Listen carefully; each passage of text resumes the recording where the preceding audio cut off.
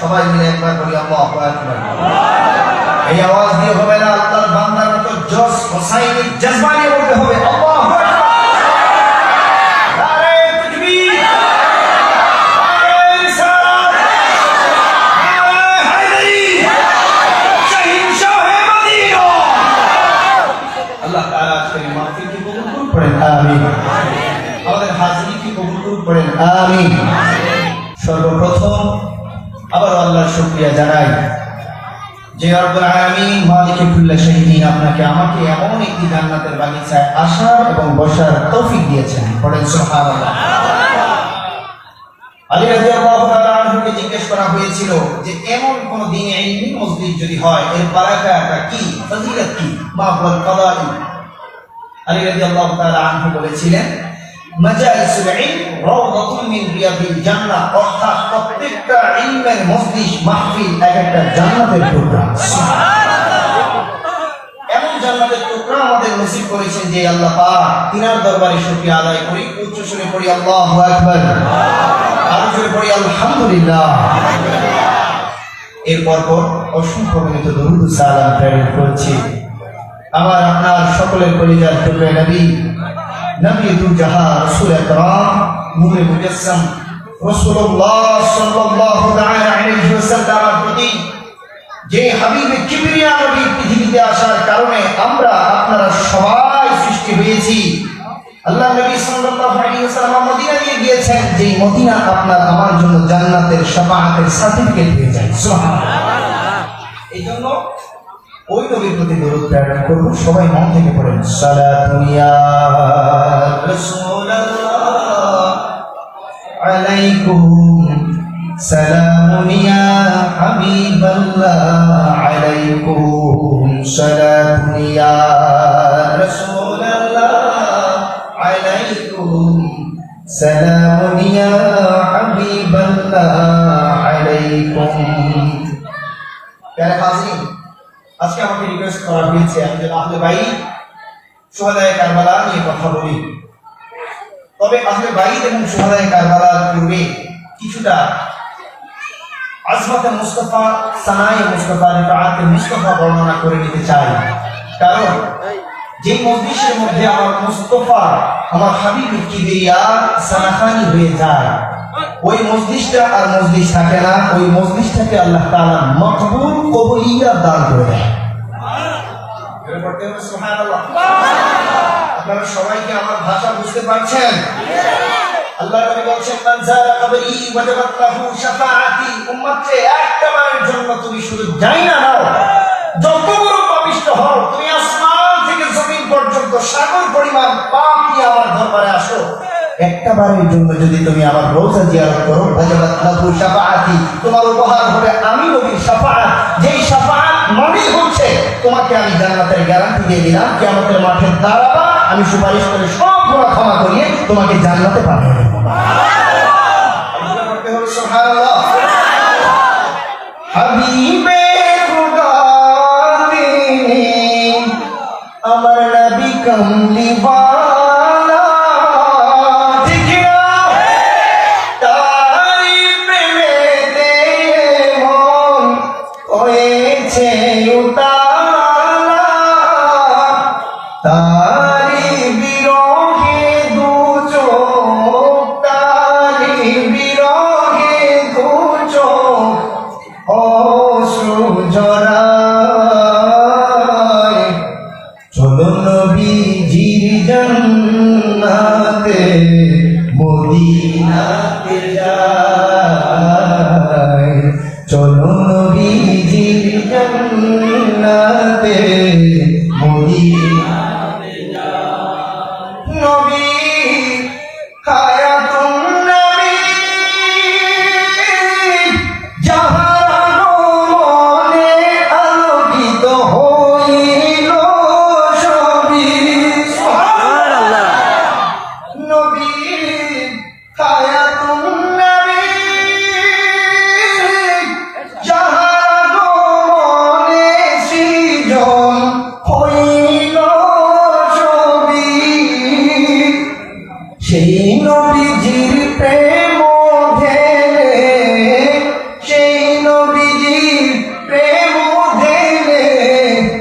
জীবন দিতে চাই, চাই কি চাই না? দুই হাত তুলে বলতে হবে, চাই কি চাই না? সবাই বলে চলো নবীজির জান্নাতে, মদিনায় যেতে চাই কি চাই না? সবাই বলে চলো নবীজির জান্নাতে, মদিনা। ওই মদিনা আমাদের সবার নসিবে একটাবারের জন্য হলেও মাওলা জীবদ্দশায় নসিব করে দেখ পড়ে আমিন। যারা চান জোরে বলবেন আমিন। কেন? কারণ নবীজি বলেছেন উম্মতে তুমি আমার রওজায় আসছো, আমি নবী রওজার মধ্যে শুয়ে আছি, তুমি বাহিরে আছো, ওখান থেকে বলল আসসালামু আলাইকা ইয়া রাসূলুল্লাহ। উম্মত তুমি মনে করছো আমি নবী আছি রওজার ভেতরে, অথচ তুমি জানো না। জেনে নাও যেই ব্যক্তি আমার রওজার সামনে এসে সালাম দিল, আমি তাকে এমন ভাবে জবাব দেই যেন জীবদ্দশায় সে আমার সামনে থেকে সালাম দিল, আর সে কখনোই আমার রওজার সামনে থাকে না, বরঞ্চ আমি নবীর সাথে যেন সরাসরি মুলাকাত করে নেয়। ওইটা আমরা চাই না? চাই কি চাই না? আল্লাহ তাআলা আমাদের সবার নসিব করে পড়ে না আমিন। আমরা এই মুহূর্তে আর কোনো বিলম্ব করব না, আমাদের টপিক ভিত্তিক আলোচনার মধ্যে চলে যাব। আজকের এই মাহফিল পবিত্র শহীদে কারবালার স্মরণে, যে শহীদে কারবালাদের আত্মবিনিয়োগের মাধ্যমে, আত্মত্যাগের মাধ্যমে, বিসর্জনের মাধ্যমে আমরা পেয়েছি সহিহ, শুদ্ধ, হক নির্ভরশীল ইসলাম। কথা বলেন ঠিক কিনা? যেই শহীদদের ত্যাগের বিনিময়ে আমরা পেয়েছি সহিয়া, যেই শহীদদের ত্যাগের বিনিময়ে আমরা পেয়েছি জাআল হক ওয়া যাহাকাল বাতিলের তফা, যেই শহীদদের ত্যাগের বিসর্জনের বিনিময়ে আমরা পেয়েছি হোসাইন, হোসাইন চেতনা। ঠিক কিনা? ওই শহীদদের মাহফিলের মধ্যে যদি কথা বলতে চাই, যেহেতু কারবালার মাস, মুহররম মাস, এখানে সর্বপ্রথম আপনাকে আমাকে গোড়া থেকে কথা বুঝে আসতে হবে, শিখতে হবে। সেটা কি? ওই গোড়ালির নামই হচ্ছে আহলে বাইত। সুবহানাল্লাহ পড়বেন না? আজকে পড়বেন সুবহানাল্লাহ। আপনাকে কিতাবের ভেতরে নিয়ে যাওয়ার আগে বাহির থেকে একটা ল্যামিনেটিং দিচ্ছি আমি। যদি আপনি আমাকে জিজ্ঞেস করেন হুজুর আহলে বাইতের ডিফিনিশন কি, what is the actual definition of আহলে বায়াত, তাহলে আমি আপনাকে সহজ ভাষায় এটা বলবো, আপনার দেহের মধ্যে হৃৎপিণ্ড যেমন, আপনার দেহের বাহিরে এবং ভেতরে দুনিয়া এবং আখিরাতে আহলে বায়াত হতে হয়। ঠিক কিনা? ঠিক কিনা?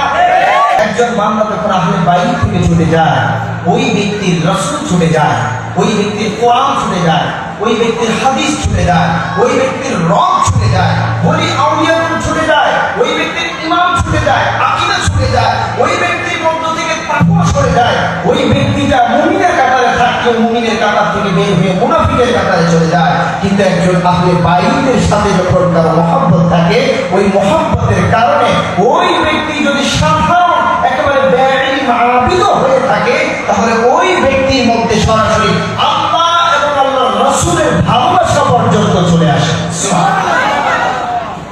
ওই আহলে বাইতের কথা আমরা শিখতে যাব, শুনতে যাব। মনে রাখবেন, এমন উদ্দেশ্যে এমন নিয়তে শিখবেন না, শুনবেন না যে এখানে শুনলেন পরে গিয়ে ভুলে যাবেন। No, you have to learn the Holy Quran. That is absolutely mandatory for you all. আপনাদের সবার জন্য কোরআন শিক্ষা ফরজ, হাদিসের জ্ঞান অর্জন করা ফরজ। আপনি দিনের ইলম শিখবেন, শিখে আমল করবেন, ঘরে যাবেন, তাদেরকে শেখাবেন, তারা আমল করবে, আপনিও শিখলেন, আমল করলেন, আপনার ঘরওয়ালিরাও শিখে আমল করলো। তখন হবে কি জানেন? আপনার ঘরের মধ্যে আল্লাহ তাআলা হেদায়েতের বরকত দিয়ে ঘরটাকে জান্নাতের জীবনী বানিয়ে দেবেন। সুবহানাল্লাহ। আরো জোরে পড়েন আমিন। আরো জোরে বলতে হবে আমিন। আলোচনায় যাচ্ছি যারা হাজির। প্রথমেই যদি আমি প্রশ্ন করি, আহলে বাইত কারা এবং কয়জন? সবাই বলেন আহলে বাইত কয়জন? আহলে বাইত 4 জন। সবাই বলেন কয়জন? আরো জোরে বলতে হবে কয়জন? এই পাশে বলে না কয়জন? 4 জন। কোথায় আছে? মুসলিম শরীফের 2404 নম্বর হাদিস, আল্লাহুম্মা হাউলাই আহলুল বাইত।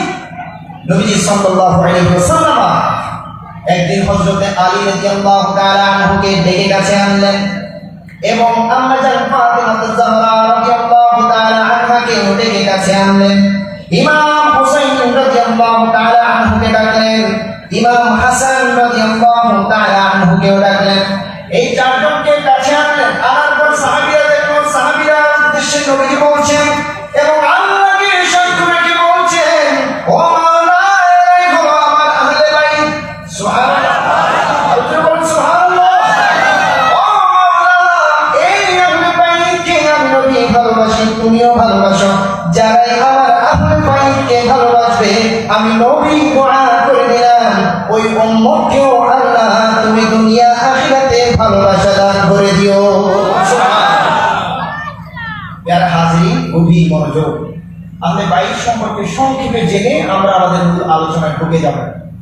কারণ কারবালা হোক, ইয়াজিদ হোক, ইমাম হুসাইন হোক, এগুলো জানতে গেলে আপনি আহলে বাইতের মর্যাদা আগে জানতে হবে। এটা যদি না জানেন, ওইটার গুরুত্ব আপনি বুঝে উঠতে পারবেন না। আপনি বেসিক নলেজ জানেন না, অ্যাডভান্স কিভাবে বুঝবেন, বোঝা যাবে না।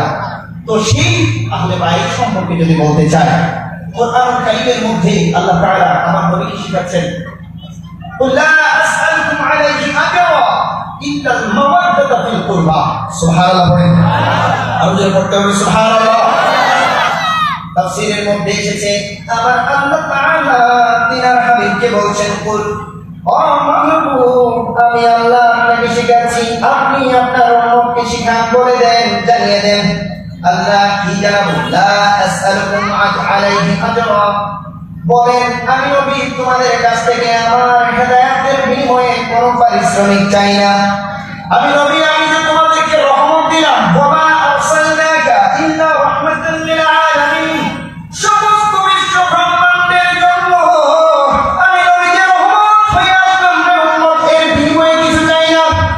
ও উম্মত, আমি নবী আমার শিশুকাল দিলাম তোমাদের কল্যাণে, যৌবনকালটাও দিলাম তোমাদের কল্যাণে, আমি আমার হায়াত জিন্দেগানি সবগুলো দিলাম তোমাদের কল্যাণে, ধন দৌলত বিনিয়ে দিলাম তোমাদের কল্যাণে, আখিরাতে এসে আমি নবী খানে চোখের পানি ফেলাই রে উম্মত তোমাদের কল্যাণে।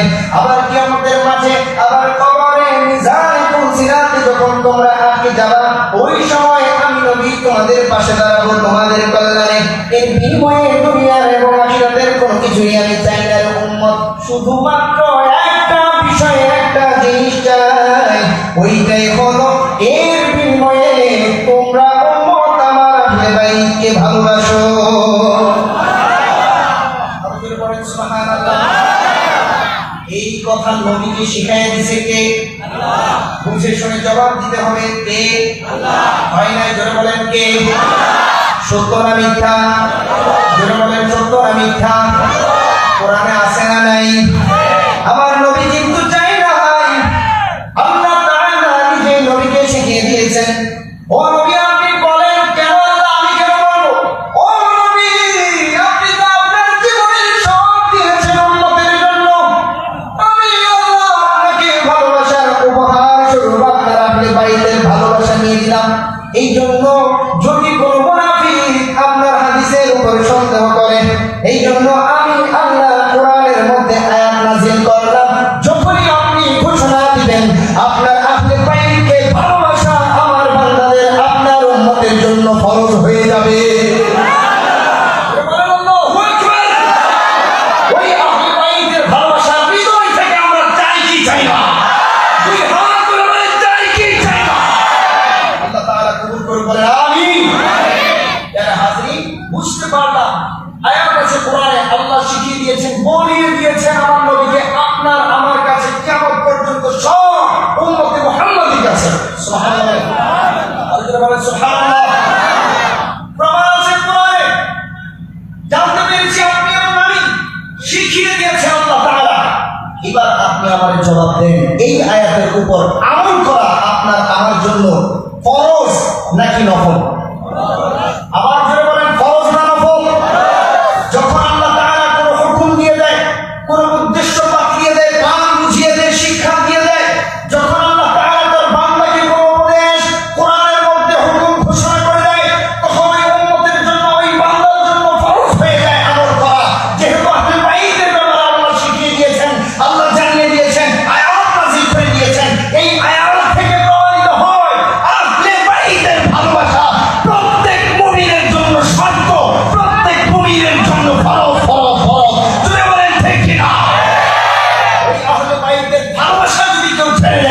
ওই ব্যক্তি আর আল্লাহর বান্দার কাতারে থাকে, ওই ব্যক্তি আর নবীর প্রিয় উম্মতের কাতারে থাকে, ওই ব্যক্তি আর মুমিনের কাতারে থাকে, ওই ব্যক্তি আর কখনোই কোরআনের অনুসারী আল্লাহর কোন বান্দা হতে পারে। ওই ব্যক্তির কাতারের নামটা হয়ে যায় মুনাফিক। ঠিক কিনা? ঠিক কিনা? আওয়াজ দিয়ে বলেন ঠিক কিনা? কোন ব্যক্তি বা গোষ্ঠী বা কোন ভাইকে টার্গেট করে একটা জবাব আজকে বলবো না। কেন? আমাদের আছে কোরআন। সুবহানাল্লাহ বলেন। আমাদের কি আছে? আর যারা বলেন আরো জোরে বলতে হবে। এই কোরআন পন্থী আর জোরে বলেন। যে কোরআনকে কখনোই প্রমাণের পেটা দুনিয়া থেকে নিঃশেষ করতে পারবে না। যদি আগুন লেগে ধ্বংস হয় আরে পৃথিবীর বইয়ের দোকান, যদি আগুন লেগে ধ্বংস হয় পৃথিবীর বইয়ের দোকান, তবু বিশ্ব থেকে হারাবে না পবিত্র কোরআন, বিশ্ব থেকে হারাবে না পবিত্র কোরআন। ঠিক না? আরে কি করে পূর্বে পড়া ওই আগুনের তেজ, কি করে পূর্বে পড়া আগুনের তেজ, আছে বিশ্ব জুড়ে লক্ষ কোটি কোরআনে হাফেজ। সুবহানাল্লাহ কহিয়ে বলি তারা ছাপাইয়া আসমানি গ্রন্থ বাঁচাবে ইসলামের মান। ঠিক না? ছাপাইয়া আসমানি গ্রন্থ বাঁচাবে ইসলামের মান, বিশ্ব থেকে হারাবে না পবিত্র কোরআন, বিশ্ব থেকে হারাবে না পবিত্র কোরআন। ও বলেন আল কোরআন, আল কোরআন, আল কোরআন, আল কোরআন, আল কোরআন, আল কোরআন, কোরআন বিশ্ব থেকে হারাবে না পবিত্র কোরআন। ঠিক না? আসলে বলেন ঠিক কিনা? সুতরাং দুনিয়া উলটপালট হয়ে যেতে পারে, ওই আহলে বাইত কে কোরআন যেটা বলেছে সেইটা কখনো ভুল হতে পারে। এরপরে আরেকটা আয়াতে যাই, আমরা কিন্তু আমাদের মূল টপিকে যাই নাই। আগে আমরা কনসেপ্ট নিচ্ছি।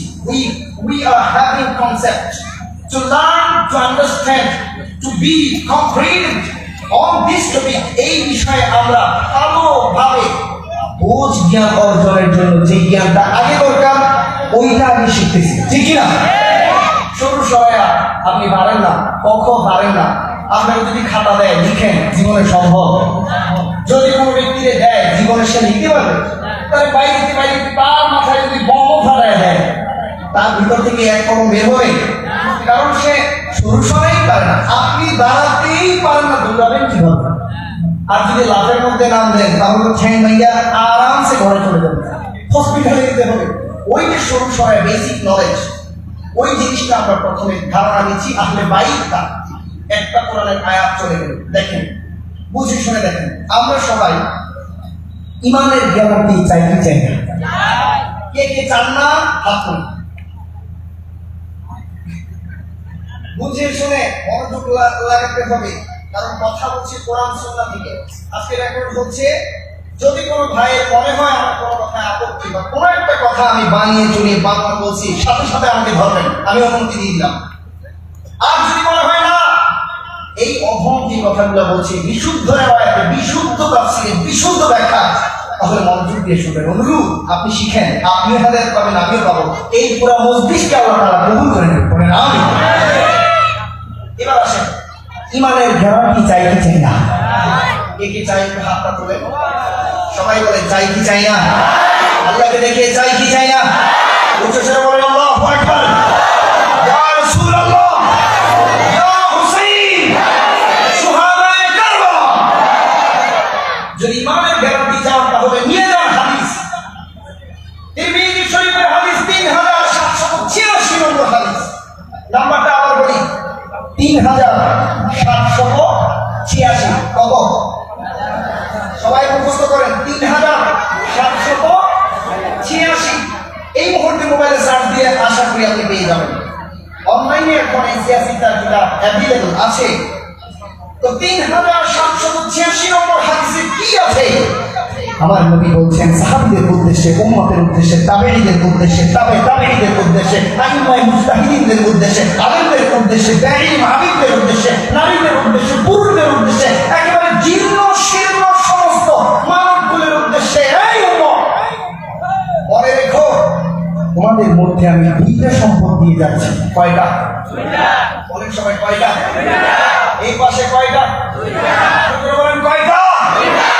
উম্মত আমি তোমাদের মাঝে দুইটা সম্পত্তি দিয়ে যাচ্ছি এবং সাথে সাথে এই 3786 নম্বর হাদিস দিয়ে তিরমিজি শরীফের মধ্যে একটা সহিহ দলিল গ্যারান্টিও দিয়ে যাচ্ছি। যদি তুমি তোমার জীবন দশায় এই দুইটা জিনিসকে আঁকড়ে ধরতে পারো তো আমি নবী তোমাকে গ্যারান্টি দিয়ে গেলাম, জীবনের মধ্যে শয়তান যদি সমস্ত শক্তি তোমার পিছনে দিয়ে দেয়, কখনোই ওই দুইটা জিনিস তোমার সাথে থাকার কারণে তোমাকে ধ্বংসপথভ্রষ্ট করতে পারবে না। বলতে হবে সুবহানাল্লাহ। সুবহানাল্লাহ। তো নবী আমাদেরকে দিয়ে গেছে কয়টা জিনিস? সবাই বলেন কয়টা? হ্যাঁ, কিতাবুল্লাহ। একটা হইল কিতাবুল্লাহ, যেটা হইল আল্লাহর রশনি। যখন আমার কোন আল্লাহর কোন বান্দা পৃথিবীর মধ্যে কিতাবুল্লাহ কোরআনুল কারীমকে বুকে আঁকড়ে ধরে, ওই কিতাবুল্লাহ ওই বান্দাটার জন্য হেদায়েত আল্লাহর পক্ষ থেকে এনে তার সিনার মধ্যে দান করে দেয়। সুবহানাল্লাহ। গভীর মনোযোগ কিতাবে ঢুকে গেছে। মনোযোগ না দিলে আপনি মজা কখনোই পাইবেন না। যদি মনোযোগ দেন তাহলে আপনি দেখবেন কোরআনের ভালোবাসা, হাদিসের ভালোবাসা আপনার হৃদয়ে জাগ্রত করে দেবে কে? ওই ভালোবাসা যদি চান তাহলে গভীর মনোযোগ দিয়ে কথাগুলো শুনেন। যখন আপনি কোরআনকে ধরবেন, এই কোরআন কি বলে? সূরা বাকারার শুরুতে কোরআন বলছেন আউযু বিল্লাহি মিনাশ শাইতানির রাজীম, বিসমিল্লাহির রাহমানির রাহিম, আলিফ লাম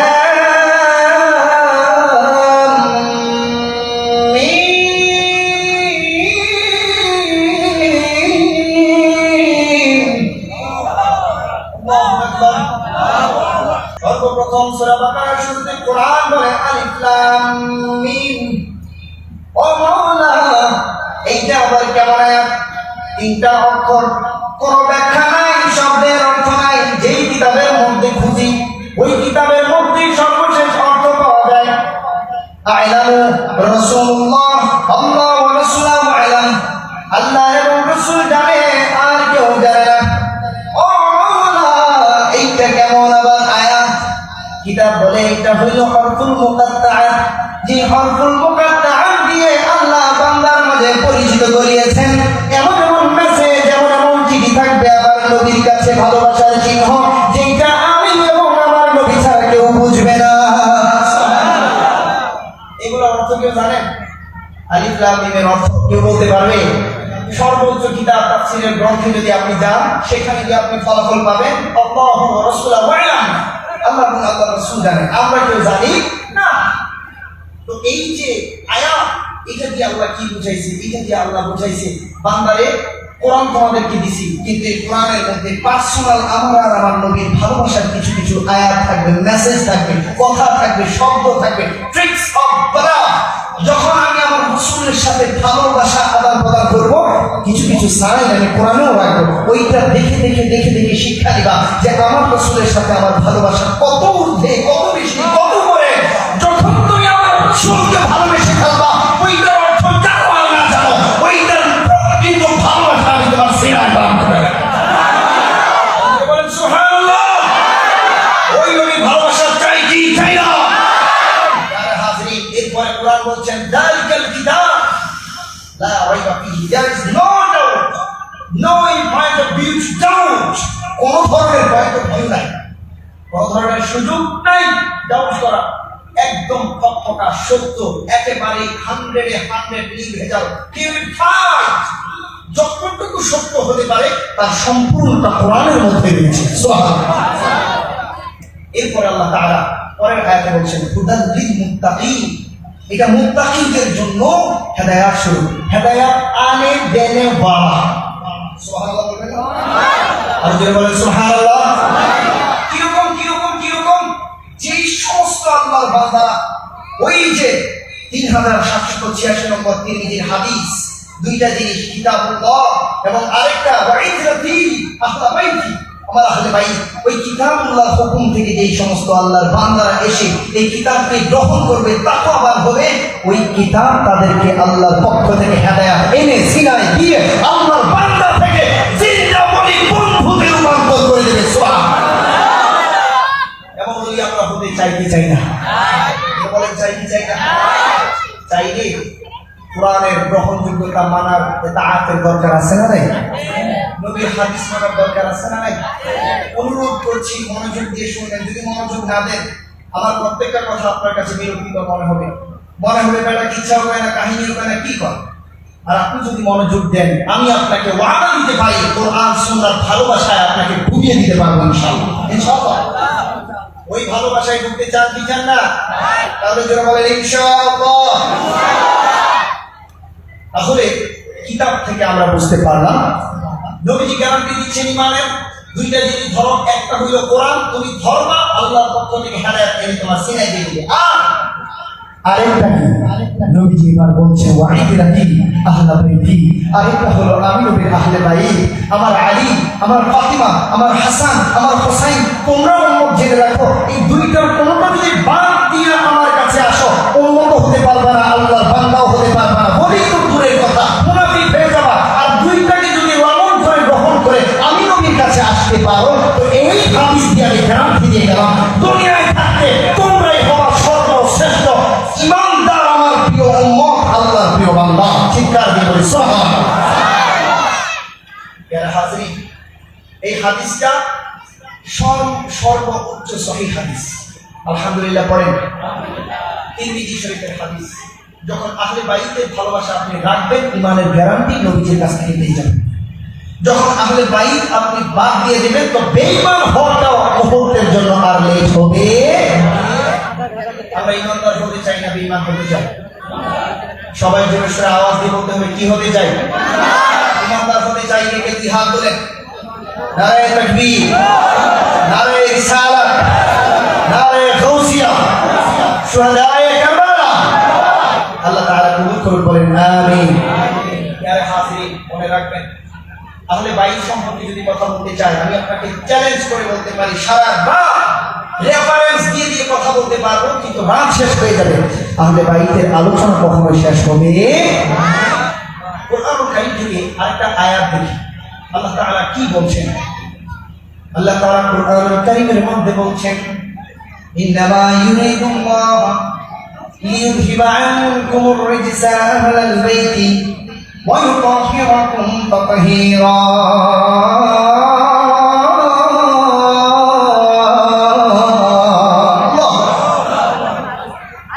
এই আয়াতের মধ্যে আল্লাহ তাআলা বলছেন আমি আল্লাহ দুনিয়ার মধ্যে অনেক ইচ্ছা করি, ও বান্দা জেনে রাখো, তোমাদেরকে জানিয়ে দিই আমি আল্লাহ পছন্দ করি, ইচ্ছা করি, আগ্রহ প্রকাশ করছি।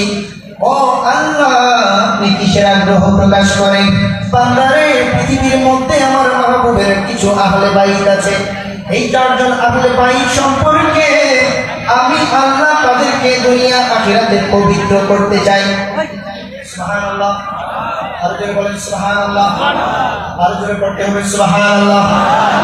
আমি আল্লাহ তাদেরকে পবিত্র করতে চাই। ও মাওলা আপনি কেমন পবিত্র করতে চান?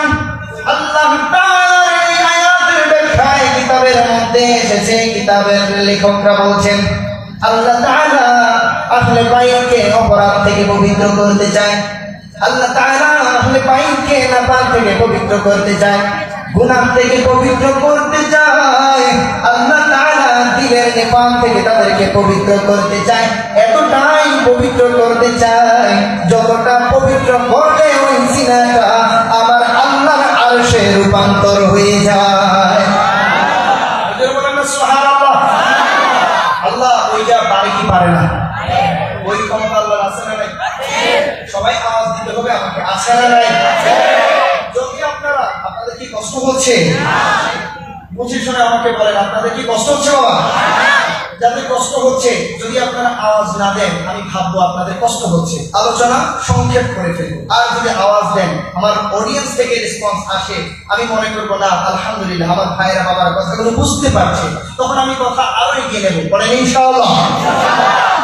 ওই সিনাকে আল্লাহর আরশ বাড়ানোর ক্ষমতা মহান রবের, মহান রব্বুল আলামিনের আছে না নাই? আছে। বলতে হবে যে আছে না নাই? কেউ যেটা জানে না জানে কি? আল্লাহ। কেউ যেটা বোঝে না বোঝে কি? আল্লাহ। কেউ যেটা পারে না পারে কে? আল্লাহ।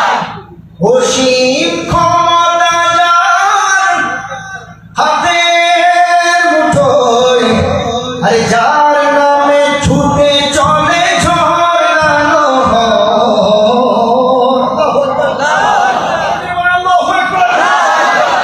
অসীম ক্ষমতা যার হাতের উপর, যার নামে ছুটে চলে ঝড়ানো ঝড়ানো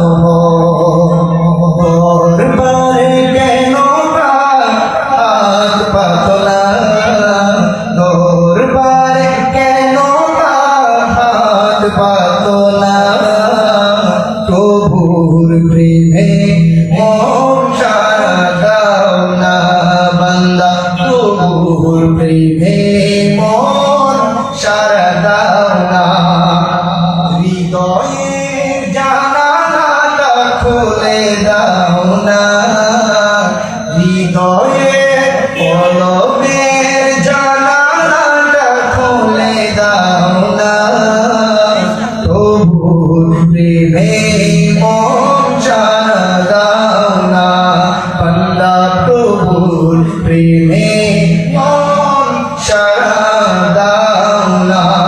চিৎকার দিয়ে বলেন আল্লাহু আকবার।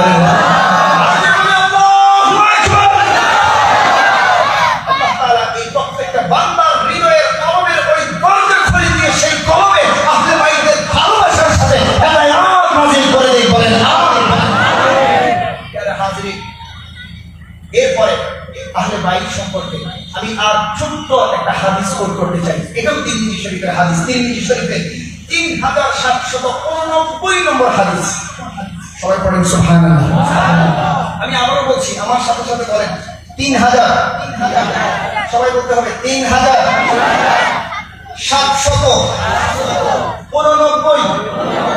আবার বলেন 3789 নম্বর হাদিস। তিরমিজি শরীফের ওই হাদিসের মধ্যে আল্লাহর নবী সাল্লাল্লাহু আলাইহি ওয়াসাল্লাম আমাদেরকে শেখাচ্ছেন, আহিব্বু আহলা বাইতি বিহুব্বি। উম্মাহ, যদি তুমি আমার ভালোবাসা চাও, আমি নবীর ভালোবাসা যদি চাও, চান কি চান না? বলেন চান কি চান না? এই হাত ধরে বলতে হবে কে কে চাই, চাই কি চাই না? নবীর ভালোবাসা চাই কি চাই না? নবীর প্রেম চাই কি চাই না? নবীকে পেতে চাই কি চাই না? নবীর দিদার চাই কি চাই না? নবীজি বলছেন, উম্মত যদি তোমরা আমি নবীর ভালোবাসা চাও, আমি নবীর ভালোবাসা চাইলে আমি নবী তোমাদেরকে হুকুম দিয়ে দিলাম, আহিব্বু আহলা বাইত, আমার আহলে বাইতকে তোমরা ভালোবাসো। ইয়া রাসূলুল্লাহ, যদি ভালোবাসি তাহলে কি হবে?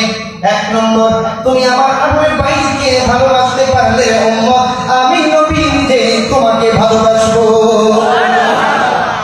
আপনি ভালোবাসবেন আহলে বাইতকে, আল্লাহর রাসূল নিজে আপনাকে ভালোবাসবেন। এর চেয়ে বড় পাওয়ার কিছু আসেনি বাবা? ভাই আমার আছে আর কিছু?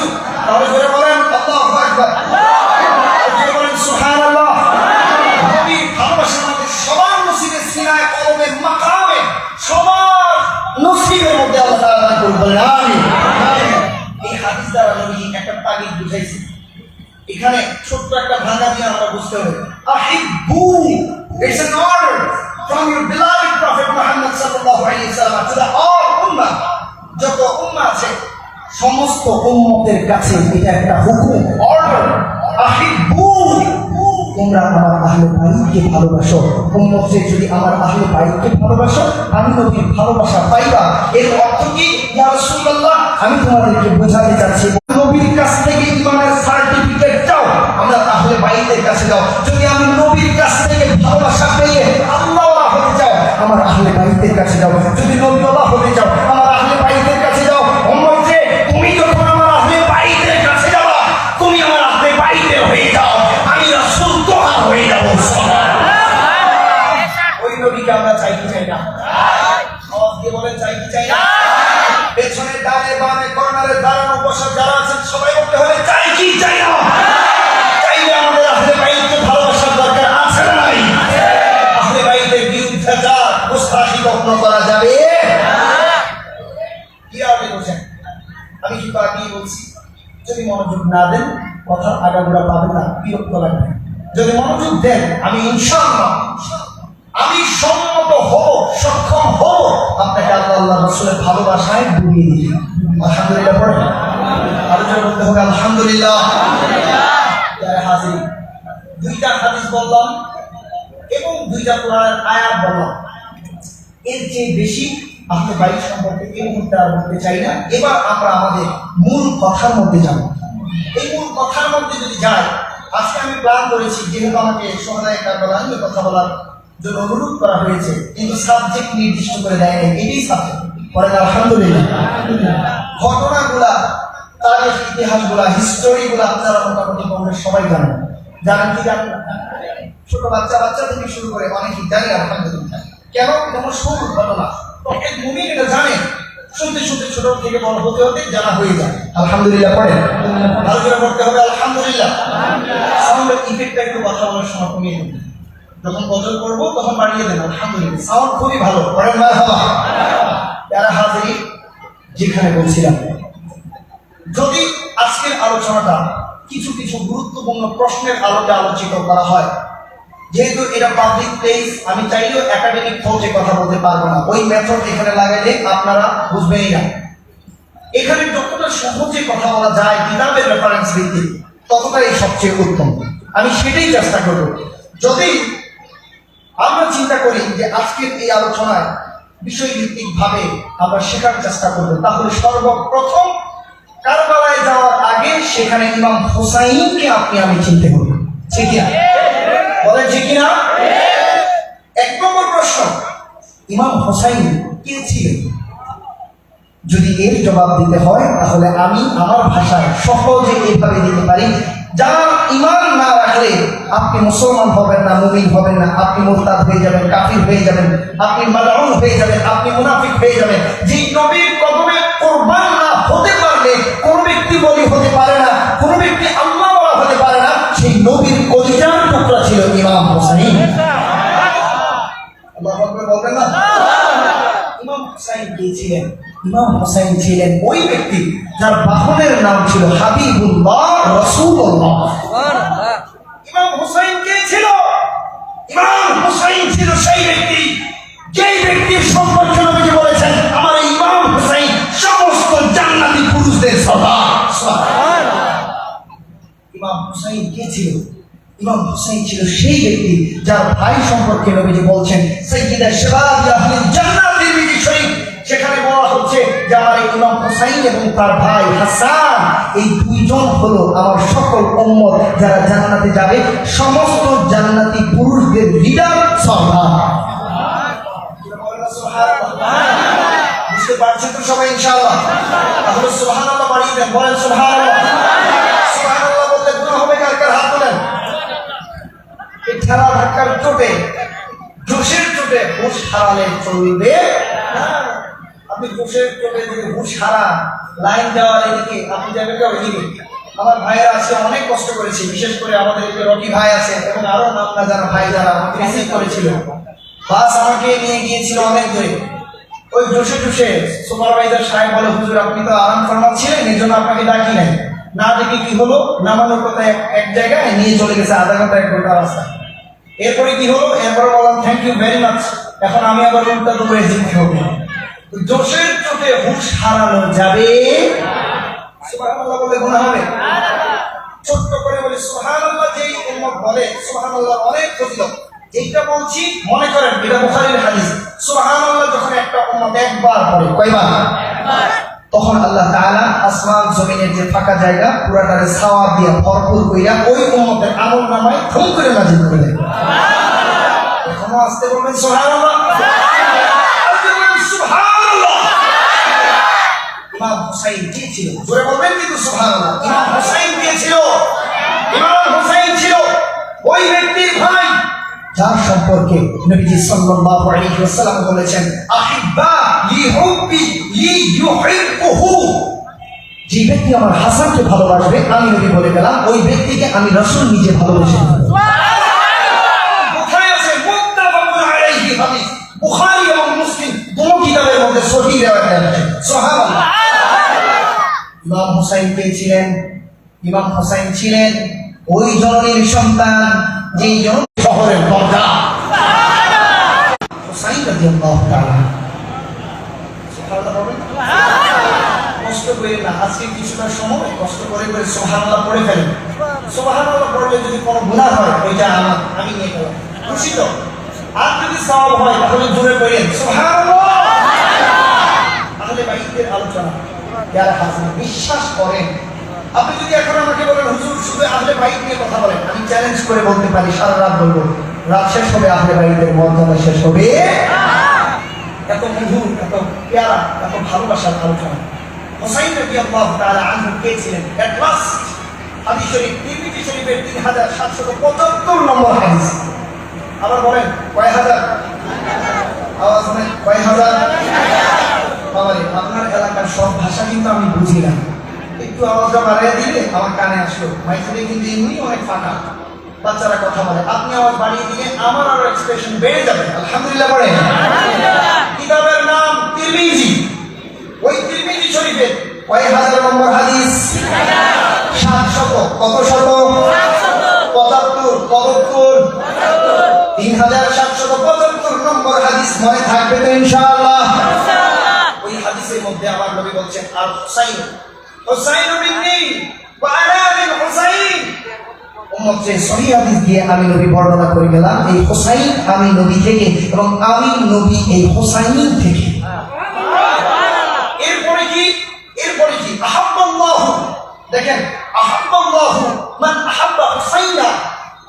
আল্লাহ আমি নবী তোমার কাছে দোয়া করে গেলাম, আমার যেই যেই উম্মতগুলো হুসাইনকে ভালোবাসবে, হুসাইনকে মহব্বত করবে, হুসাইনকে হৃদয়ে লালন করবে, মাওলা আমার যেই উম্মত হুসাইনমুখী হয়ে যাবে ওই উম্মতকে গ্রহণ করে নিও, ভালোবেসে নিও। তুমি আল্লাহ আমার সেই উম্মতের মুখী হয়ে যাবে। আল্লাহরে চান না আপনি? বলেন চান কি চান না? পৃথিবীতে একজন ওলি আপনার জন্য যদি দোয়া করে, এটা সস্তা না দামি? বুঝে জবাব দেন, সস্তা না দামি? কোন আল্লাহর নবী যদি দোয়া করে সেটা সস্তা না দামি? সব নবীদের নবী যদি দোয়া করে তাহলে সেটা সস্তা না দামি? আমার নবী নিজে দোয়া করে গিয়েছেন, আল্লাহ আমার হুসাইনকে যারা ভালোবাসবে, আমি নবী দোয়া করে গেলাম আমার ওই উম্মতকে তুমি আল্লাহ ভালোবেসে ফেলবা। ওই হুসাইনকে ভালোবাসতে চাই কি চাই না? ওই হুসাইনের দাম আছে না নাই? আছে। ওই হুসাইনের দাম আছে না নাই? আছে। এইটুকু না এইটুকু আস্তে হাত বেশি আপনি লাড়া দিয়ে না, আমার ডানে বামে কেউ নেই, আপনি দিয়ে ডান দিকে চলে যাবে এইদিকে পড়িয়া, বাম দিকে চলে যাবে এইদিকে পড়িয়া। আপনি বলেন ওই হুসাইনের ভালোবাসা জীবনে দরকার আছে না নাই? চাই কি চাই না? দুই হাত তুলে বলি আসে চাই কি চাই না?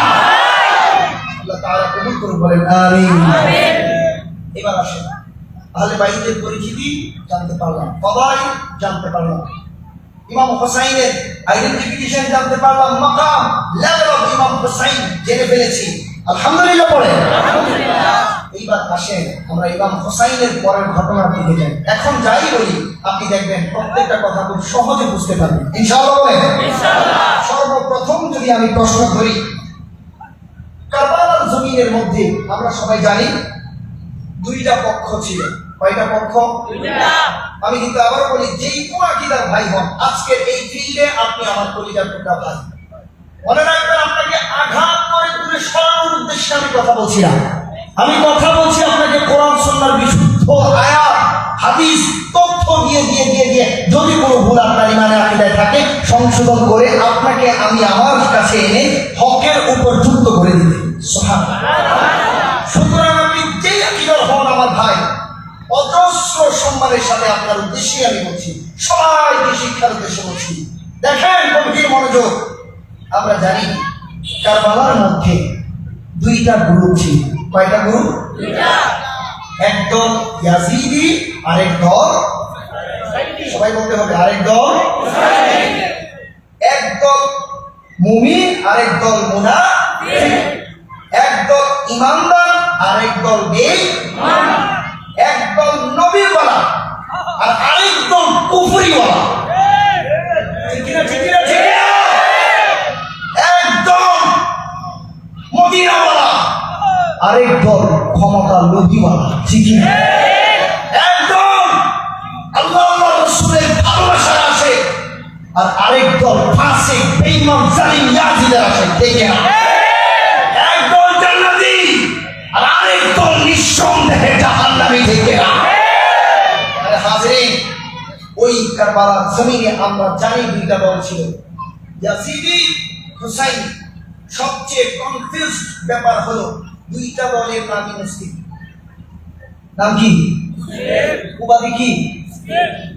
লেভেল কি? মুসলিম। ডে কি? মুসলিম। দে বোথ আর মুসলিম।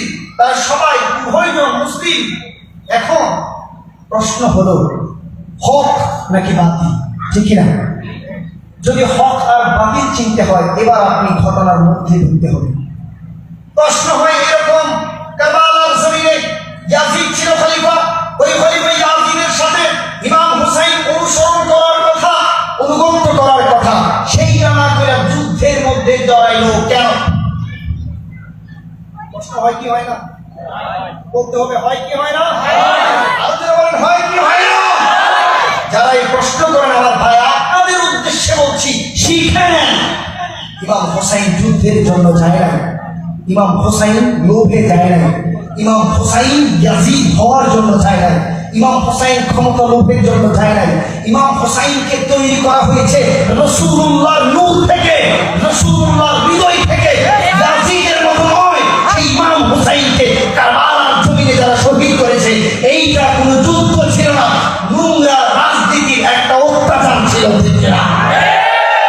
ইমাম হুসাইনকে চিঠির পর চিঠি, চিঠির পর চিঠি, চিঠির পর চিঠি পড়েন সময় কারবালা।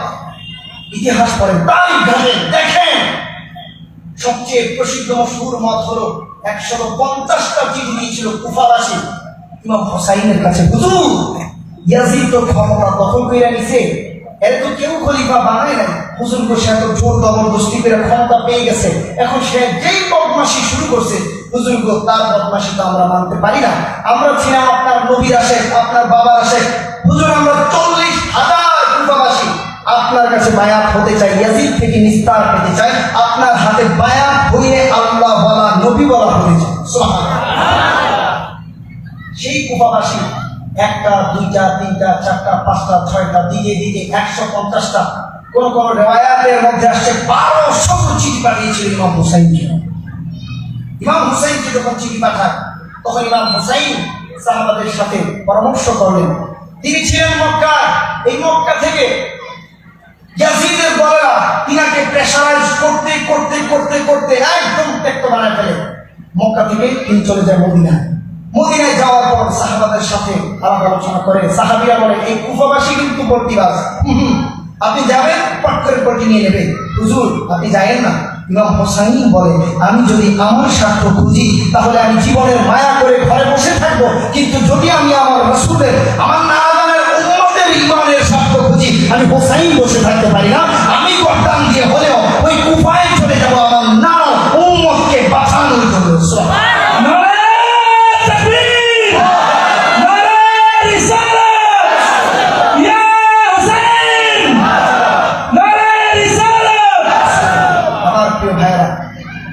ইমাম হুসাইন রাদিয়াল্লাহু তাআলা আনহু কেন যুদ্ধে জড়ালেন? প্রশ্ন আপনি মনোযোগ দিয়ে খেয়াল করেন।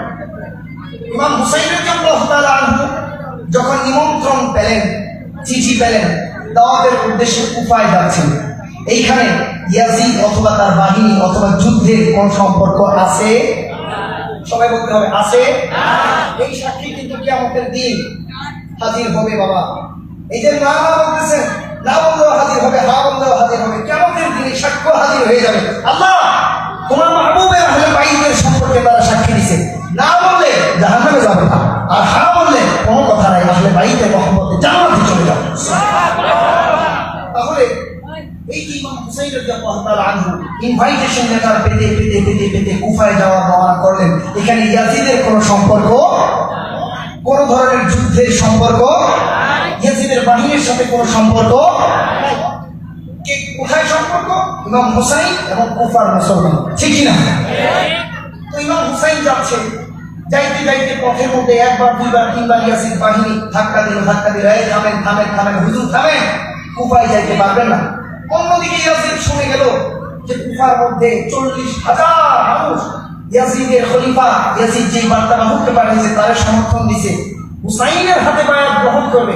এখন ইয়াজিদ ভাবতেছে আমার ক্ষমতা আগে নাকি হুসাইন আগে?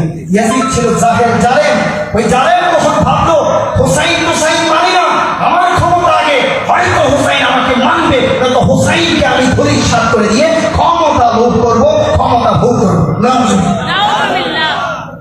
এখন ইমাম হুসাইন দেখতে যাইতে কুফার কাছাকাছি গেল, সেইখানে গিয়ে দেখে ইমাম হুসাইনের যে বার্তা বাহক মুসলিম বিন আকিল চাচাতো ভাই, ইনাকে কতল করে দিছে ইয়াজিদ বাহিনী।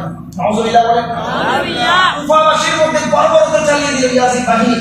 কুফার মুসলমানরা বাধ্য হয়ে উল্টে গেল, কিছুই করার নাই। ইয়াজিদ বাহিনী যে ইয়াজিদের পক্ষে যায় না, কোরবানি ফেলে দেয়, কি করবে? নিরীহ মানুষ উল্টে গেছে। ইমাম হুসাইনের কথা আর বলে না, তারা ইয়াজিদের কথা বলা শুরু করেছে। ইমাম হুসাইন কুফার মেইন পয়েন্টে পৌঁছার আগে আগে তিনি চলে গেলেন কারবালা। কারবালার মধ্যে যাওয়ার পর এত দূরের রাস্তা, প্রায় 1475 কিলোমিটার রাস্তা। সুবহানাল্লাহ। ইমাম হুসাইন চলে গেলেন কারবালা। কারবালার পাশে ছিল ফুরাত নদী। ইমাম হুসাইন ভাবলেন নদীর পানি আছে, যেহেতু আমি কুফায় যেতে পারি নাই, এখান থেকে আবার ব্যাক করে মদিনায় চলে গেলাম। এই টুকুর মধ্যে আপনি ভেবে দেখেন, ইমাম হুসাইন যুদ্ধের সম্পর্কে কোনো চিন্তাও এক মুহূর্তের জন্য করে নাই। এরপরে কি হইল? ঠান্ডা মাথায় আপনি ভাবেন, বাবা আমার প্রিয় ভাই, আপনার বিবেকে ছেড়ে দিচ্ছি কথা, একটা কথা যদি বানোয়াট বলি আমাকে ধরে ফেলবেন, একটা কথা যদি আমি বানিয়ে বলি আমাকে ধরবেন। আমি আপনাকে প্রকৃত সঠিক রেফারেন্স দিয়ে কথা প্রুভেন এভিডেন্স ডকুমেন্ট দিতে সম্মত হবো ইনশাআল্লাহ। ইমাম হুসাইন কারবালার জমিনের মধ্যে চলে গেল। এখন ইয়াজিদের বাহিনী অনেক সেনাপতি ছিল, ইবনে জিয়াদ ছিল, এরপরে শিমার ছিল, এইভাবে অনেকগুলো সেনাপ্রধান ছিল। এই সবগুলারে নিয়ে ইয়াজিদের মাস্টার মাইন্ড ঠান্ডা মাথায় ভাবতে হবে। এইবার ইয়াজিদ প্ল্যান করলো, যদি আমি আমার ক্ষমতা টিকায় রাখতে চাই তাহলে আমার জন্য হুমকি হলো হুসাইন।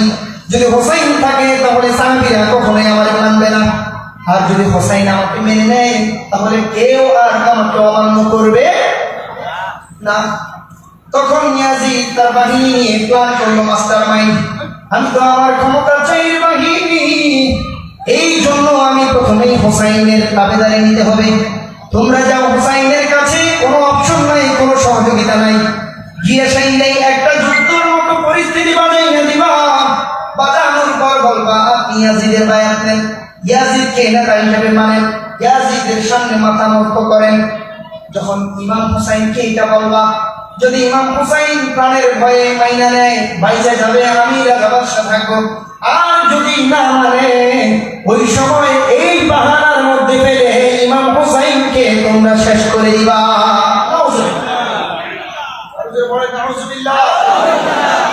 মাস্টার মাইন্ড, কুচক্রি, নোংরা রাজনীতি, এই প্ল্যানটা বুঝছেনি আপনারা? বুঝছেনিও? সবাই বলেন বুঝতে পেরেছেন কিনা? দেখেন ইয়াজিদ প্ল্যান করছে কি, হুসাইনকে যদি সরাসরি মানি তাহলে মুসলিম উম্মাহ চেপে যাবে, রেগে যাবে। কারণ আমি বর্তমানে মুসলিম উম্মার গদির মধ্যে বসে আছি, খিলাফতের এই দখলদারিত্ব করে নিছি। তাহলে কি করতে হবে? একটা বাহানা তৈরি করতে হবে। আপনি দেখেন না আমাদের দেশের মধ্যে পট করে টাকা পাচার হয়ে যায়, পট করে দুর্নীতি ধরা হয়, একটা জিনিস নিয়ে উত্তাপ শুরু হলে আরেকটা ভাইরাল ইস্যু আইনে দাঁড় করায় দেয়। তো এইটা থেকে মানুষ ওই দিকে ঘুরে যায়, ফলে হয় কি এই দুর্নীতি সাকসেস, ওইটা নিয়ে মানুষ হাউকাউ করতে থাকে, ঠিক না? ইয়াজিদ সেম লেভেলের প্ল্যান করছে। বাবারে এত এত পরিমাণে নোংরা রাজনীতি সেইখানে ইমাম হুসাইনের সাথে হয়েছে, যেটা পৃথিবীর ইতিহাসে আর কখনোই হয় না। ঠান্ডা মাথায় ভাবে, যখন ইয়াজিদ বাহিনীর সাথে এটা আলাপ করলো, এখন ইয়াজিদ বলল গিয়া অফার দিবা হুসাইন যেন না ছুটতে পারে, একদম মাইন্ডার চিপায় ফালাইয়া আমরা হুসাইনকে শেষ করতে হবে। কেন? কারণ আমি যদি খলিফা থাকি সাহাবীদেরকে সামাল দিতে পারবো, কিন্তু রাসূলুল্লাহর নাতি যদি থাকে ওইখানে আমার খলিফা হিসেবে কেউ মানবে না। এখন ইয়াজিদ তো জালিম, সে তো জুলুমের ব্যাপারে ভাবে না। সে ভাবতে শুরু করলো, প্ল্যান করতে শুরু করলো, যাও হুসাইনের কাছে গিয়ে বলো আমি ইয়াজিদের বায়াত গ্রহণ করে আমাকে মেরে নিতে আমি অফার দিলাম, তারে এই এই এই এই এই এই ডিভিশনের প্রধান বানায়া অনেক ধন সম্পদ দিয়ে দিল। পরে নাউজুবিল্লাহ ইমাম হুসাইনের কাছে ইয়াজিদের বার্তাবাহক আসলো, গভর্নর আসলো ইবনে জিয়াদ। ওই ইয়াজিদের লোক এসে যখন অফার দিল, ইমাম হুসাইন এক কথায় বলে দিল, এই বেটা তোমরা কি আমাকে দুনিয়ার নবী পাইছো? তোমরা কি আমাকে ইয়াজিদ পাইছো? বেটা তুমি দেখো না আমার নানা সারা জীবন দিয়ে, চোখের পানি দিয়ে, রক্ত দিয়ে, যৌবন দিয়ে, শিশুকাল, বৃদ্ধকাল, কিশোরকাল, সমস্ত জীবন দুনিয়া আখিরাত সব দিয়ে মুসলমানের সত্য প্রতিষ্ঠা করেছেন। সেই নানার নাতি আমি একটা জালেম, মদ্যপ, বেটিবাজি, ধর্ষক, জুলুম, একটা ডাকুকে কখনোই অনুসরণ করতে পারে। ইমাম হুসাইন যখন এইভাবে জবাব দিলেন, ইয়াজিদের বাহিনী ওই ইয়াজিদের প্ল্যান বাস্তবায়নের দিকে আগাইল। ইয়াজিদের বাহিনীর আগের প্ল্যান ছিল ইমাম হুসাইনকে কোনো ধরনের সুযোগ দেওয়া যাবে না, যে কোনো মূল্যেই হোক। দুইটাই শর্ত, হয়তো ইমাম হুসাইনকে শেষ করে দেয়া অথবা ইমাম হুসাইনের আনুগত্য অর্জন করা। যদি আনুগত্য অর্জন না করা যায় তাহলে অবশ্যই ইমাম হুসাইনকে শেষ করে দিতে হবে। তখন তোমরা মানুষের সামনে তুলে ধরবা খলিফার আনুগত্য করা ছিল ফরজ, ওই খলিফার আনুগত্য করে নাই, যার কারণে খলিফা তাকে সাজা হিসেবে মৃত্যুদণ্ড দিয়েছে।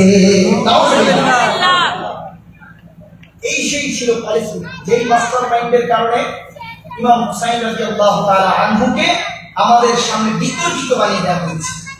এমন একটা অবস্থা হয়ে গিয়েছে যেন ইমাম হুসাইন আমাদের কেউ না। নাউজুবিল্লাহ বলেন, আর যারা বলেন নাউজুবিল্লাহ।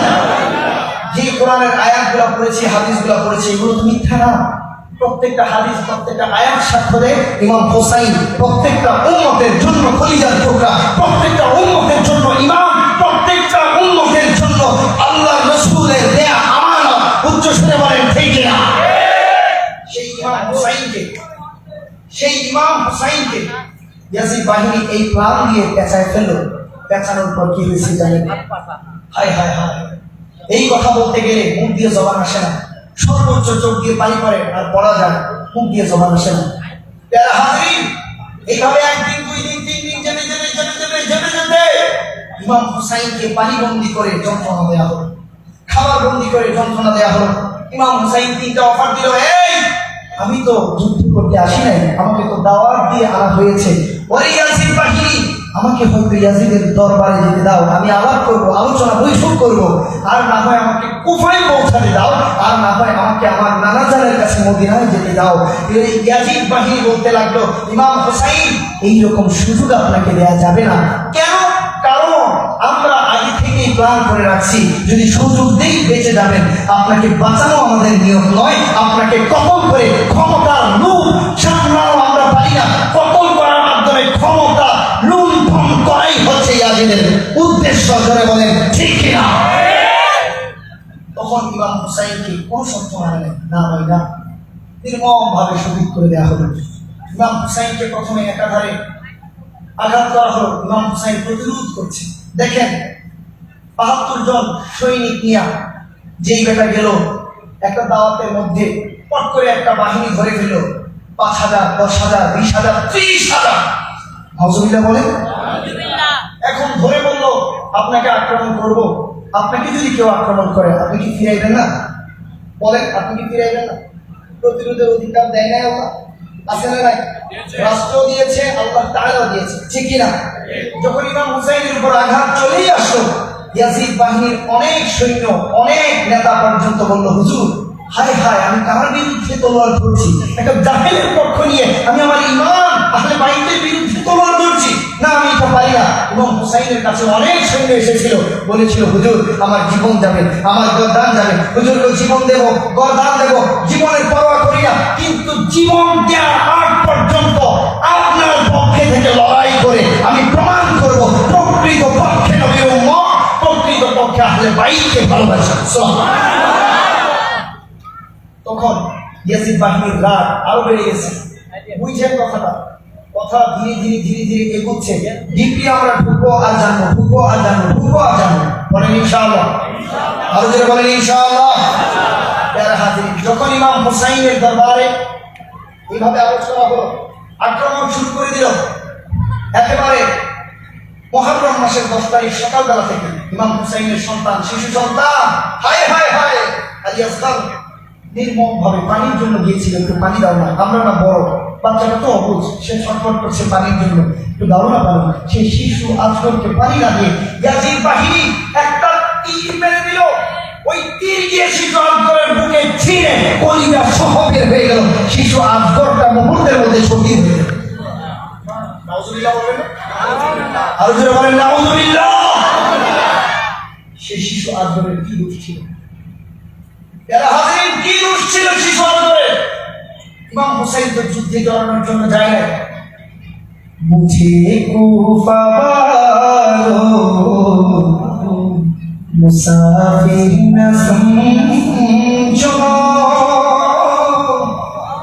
मैं आया नहीं हूँ, बुलाया गया हूँ। सुभान अल्लाह। इमाम হুসাইন সেদিন বলছিল, হায় হায় হায় কুফাবাসী, আমি তো যুদ্ধ করতে আসি না, কুফাবাসী, আমি তো নিজ থেকে আসি নাই, ক্ষমতার লোভে আসি নাই কুফাবাসী।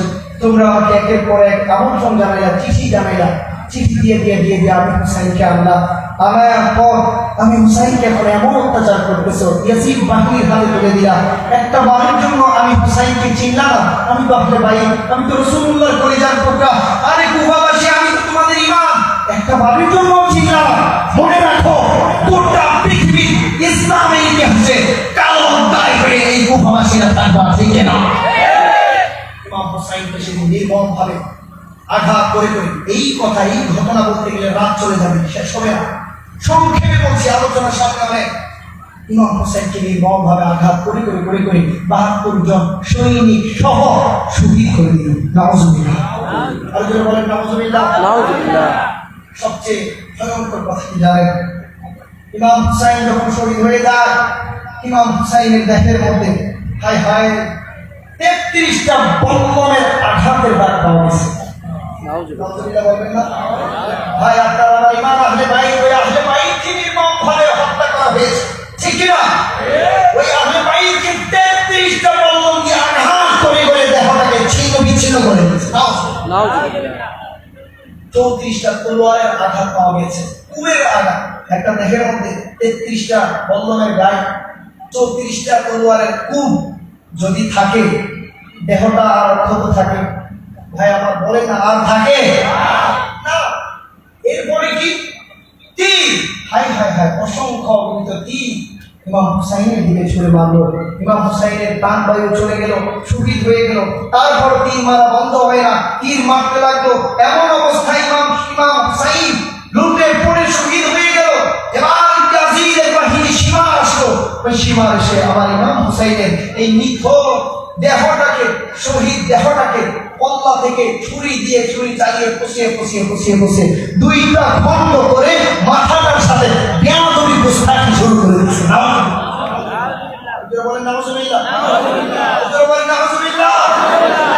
এইটুকু কথা পর্যন্ত আমি চ্যালেঞ্জ দিয়ে বলছি, কোন মায়ের ছেলে নাই এইটুকু কথার মধ্যে এক শব্দ বলতে পারবেন যে আমি মিথ্যা বলেছি বা বানিয়ে বলেছি বা ভুল বলেছি। যদি সত্য বলেই থাকি, আমার প্রিয় ভাইয়েরা, বাবা, আল্লাহর বান্দারা, নবীর উম্মতেরা বলেন, এই জায়গার মধ্যে ইমাম হুসাইনের কোনো দোষ আছে না? ইমাম হুসাইন কি কোনো দোষের সাথে জড়িত? ইমাম হুসাইন কি যুদ্ধের জন্য আসছিল? ইমাম হুসাইন কি যুদ্ধে জড়িত হয়েছিল? হয় ইমাম হোসাইনকে বাহানা দিয়া নোংরা রাজনীতির শিকার বানায়া অত্যাচার কইরা কইরা শহীদ বানায়া সেই ইয়াজিদ সেদিন ইমাম হোসাইনকে শহীদ করে দিয়েছিল। আর ইয়াজিদের ওই প্রেতাত্মা আওলাদরা এই জমানায় আসছে ইমাম হোসাইনকে দোষী বানিয়ে দেয়, ইয়াজিদকে নির্দোষ বানাতে চায়। ঠিক না? যে যত ধরনের বাহানা চালায়, যে যত ধরনের তার বাহানা সাজিয়ে সত্যকে মিথ্যার সাথে মিশ্রিত করতে থাকুক, আল্লাহর কোরআন বলে দেয় জাআল হক ওয়া যাহাকাল বাতিল ইন্নাল বাতিলা কানা যাহুকা।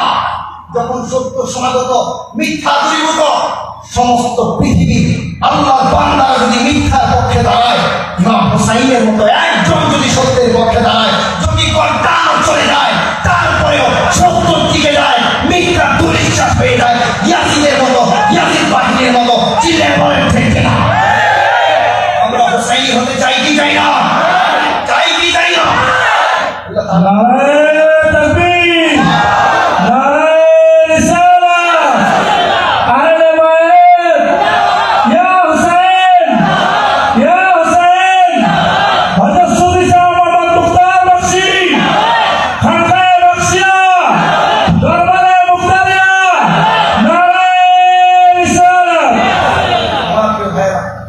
যেখানে বলছি আমি যদি এই মুহূর্তে সুর দিয়ে ইচ্ছা কাহিনী গজল দিয়ে আওয়াজ করি, বিশ্বাস করেন আমি আশা করি ইনশাআল্লাহ কয়েক ঘন্টা আপনার সামনে দিকে লড়বেন না। কিন্তু এই বিষয়গুলো এই মুহূর্তে আমাদের জন্য জানা ওয়াজিব এবং ফরজ। কেন কনফিউজ করে করে করে করে আমাদের আকীদা আমাদের অজান্তে কোন এক চক্র ইয়াজিদি বাহিনীর দূষর প্রেতাত্মা নষ্ট করে দিচ্ছে। ঠিক না? ঠিক না? ঠিক না? যারা হাজির মনোযোগ দিয়ে শোনেন, এখন আর সুর আর মধু খুঁজেন না, এখন একটু নিজের তাকওয়ার ইমান খুঁজেন। এই কথাগুলো বলি বোঝার চেষ্টা করেন, তাহলে আমরা বুঝতে পারলাম ইমাম হোসাইন যুদ্ধে জড়ায় নাই, যুদ্ধের দিকে যায় নাই, বরঞ্চ একটা নোংরা রাজনীতির পলিটিক্স দিয়ে ফাঁসিয়ে ফাঁসিয়ে ইমাম হোসাইনকে একটা বাহানা দেখিয়ে হত্যা করার জন্য বাধ্য করা হয়েছে যুদ্ধের জন্য। ঠিক না? এবার আসেন, বুঝলাম ইমাম হোসাইন যুদ্ধে জড়ায় নাই, নির্মম ভাবে ওনাকে হত্যা করা হয়েছিল ইয়াজিদের মাধ্যমে। এবার যদি প্রশ্ন করা হয় ইমাম হোসাইন তাহলে কেন, বোঝেন কিন্তু প্রশ্ন, ইমাম হোসাইন তাহলে কেন ইয়াজিদের আনুগত্য স্বীকার করলো না? তাকে তো অপশন দেওয়া হয়েছিল। ঠিক না? ইয়াজিদ বাহিনী বলেছিল যে আপনি ইয়াজিদের অনুগত্য পোষণ করেন, বায়াত গ্রহণ করেন, সে যে খলিফা তার স্বীকৃতি দেন, তাহলে আপনি মুক্ত, আপনি সাথে অনেক ধন সম্পদ পাবেন, অনেক সামর্থ্যবান বানিয়ে দেওয়া হবে আপনি। নাউজুবিল্লাহ বলেন। তাহলে প্রশ্ন হলো ইমাম হোসাইন সেদিন কেন ইয়াজিদের ইতাআত গ্রহণ করেন নাই, বায়াত গ্রহণ করেন নাই? যদি এই প্রশ্নটা আসে তাহলে এর জবাবে কোরআনের একটা আয়াত আমি কোট করতে চাই। আল্লাহ তাআলা বলেছেন মুহাম্মাদুর রাসূলুল্লাহ, মুহাম্মদ সাল্লাল্লাহু আলাইহি ওয়াসাল্লামের একমাত্র প্রধান পরিচিতি হচ্ছে তিনি স্বয়ং রব্বুল আলামিন আল্লাহ তাআলার প্রেরিত রাসূল। সুবহানাল্লাহ। ওয়াল্লাযীনা মাআহু আশিদ্দাউ আলাল কুফার রুহামাউ বাইনাহুম। জেনে রাখো আমার বান্দা, আমার মুহাম্মদ আমার রাসূল, আমি আল্লাহর প্রেরিত রাসূল। এবং আর কি ওয়াল্লাযীনা মাআহু, এই মুহাম্মদ নবীর সাথে যারা যারা রয়েছে যুক্ত, যারা তার আহল, যারা তার আহলে বাইত, যারা তার সাহাবী, যারা তার আশিক, যারা তার ভক্ত, যারা তার প্রকৃত ঈমানদার উম্মত, তারা আশিদ্দাউ আলাল কুফার, প্রত্যেকটা কাফিরের ব্যাপারে কঠিন, প্রত্যেকটা কুফরির মধ্যে কখনোই তারা গ্রহণ করতে পারে না, মেনে নিতে পারে না, প্রত্যেকটা জালিমের ব্যাপারে তারা সতর্ক, প্রত্যেকটা ধোঁকাবাজ ডাকুর ব্যাপারে তারা কখনোই তারা পোষণ করে। এরপরে কি রুহামাউ বাইনাহুম, কিন্তু যদি মুমিনদের ব্যাপারে হয়, যদি আল্লাহর ব্যাপারে হয়, মুত্তাকির ব্যাপারে হয়, মুহসিনিনের ব্যাপারে হয়, আশিকে মুস্তাফার ব্যাপারে হয়, তাহলে মুহাম্মদ সাল্লাল্লাহু আলাইহি ওয়াসাল্লামের সাথে আওলাদ বর্গের সবাই একে অপরের জন্য অনেক ভালোবাসা দেয়, অনেক কোমল, অনেক বিনয়ী, অনেক ভালোবাসা। সুবহানাল্লাহ। আওয়াজটা করে গেছে, জোরে বলেন। আমি পেছনের আওয়াজ শুনতে চাই, জোরে বলেন।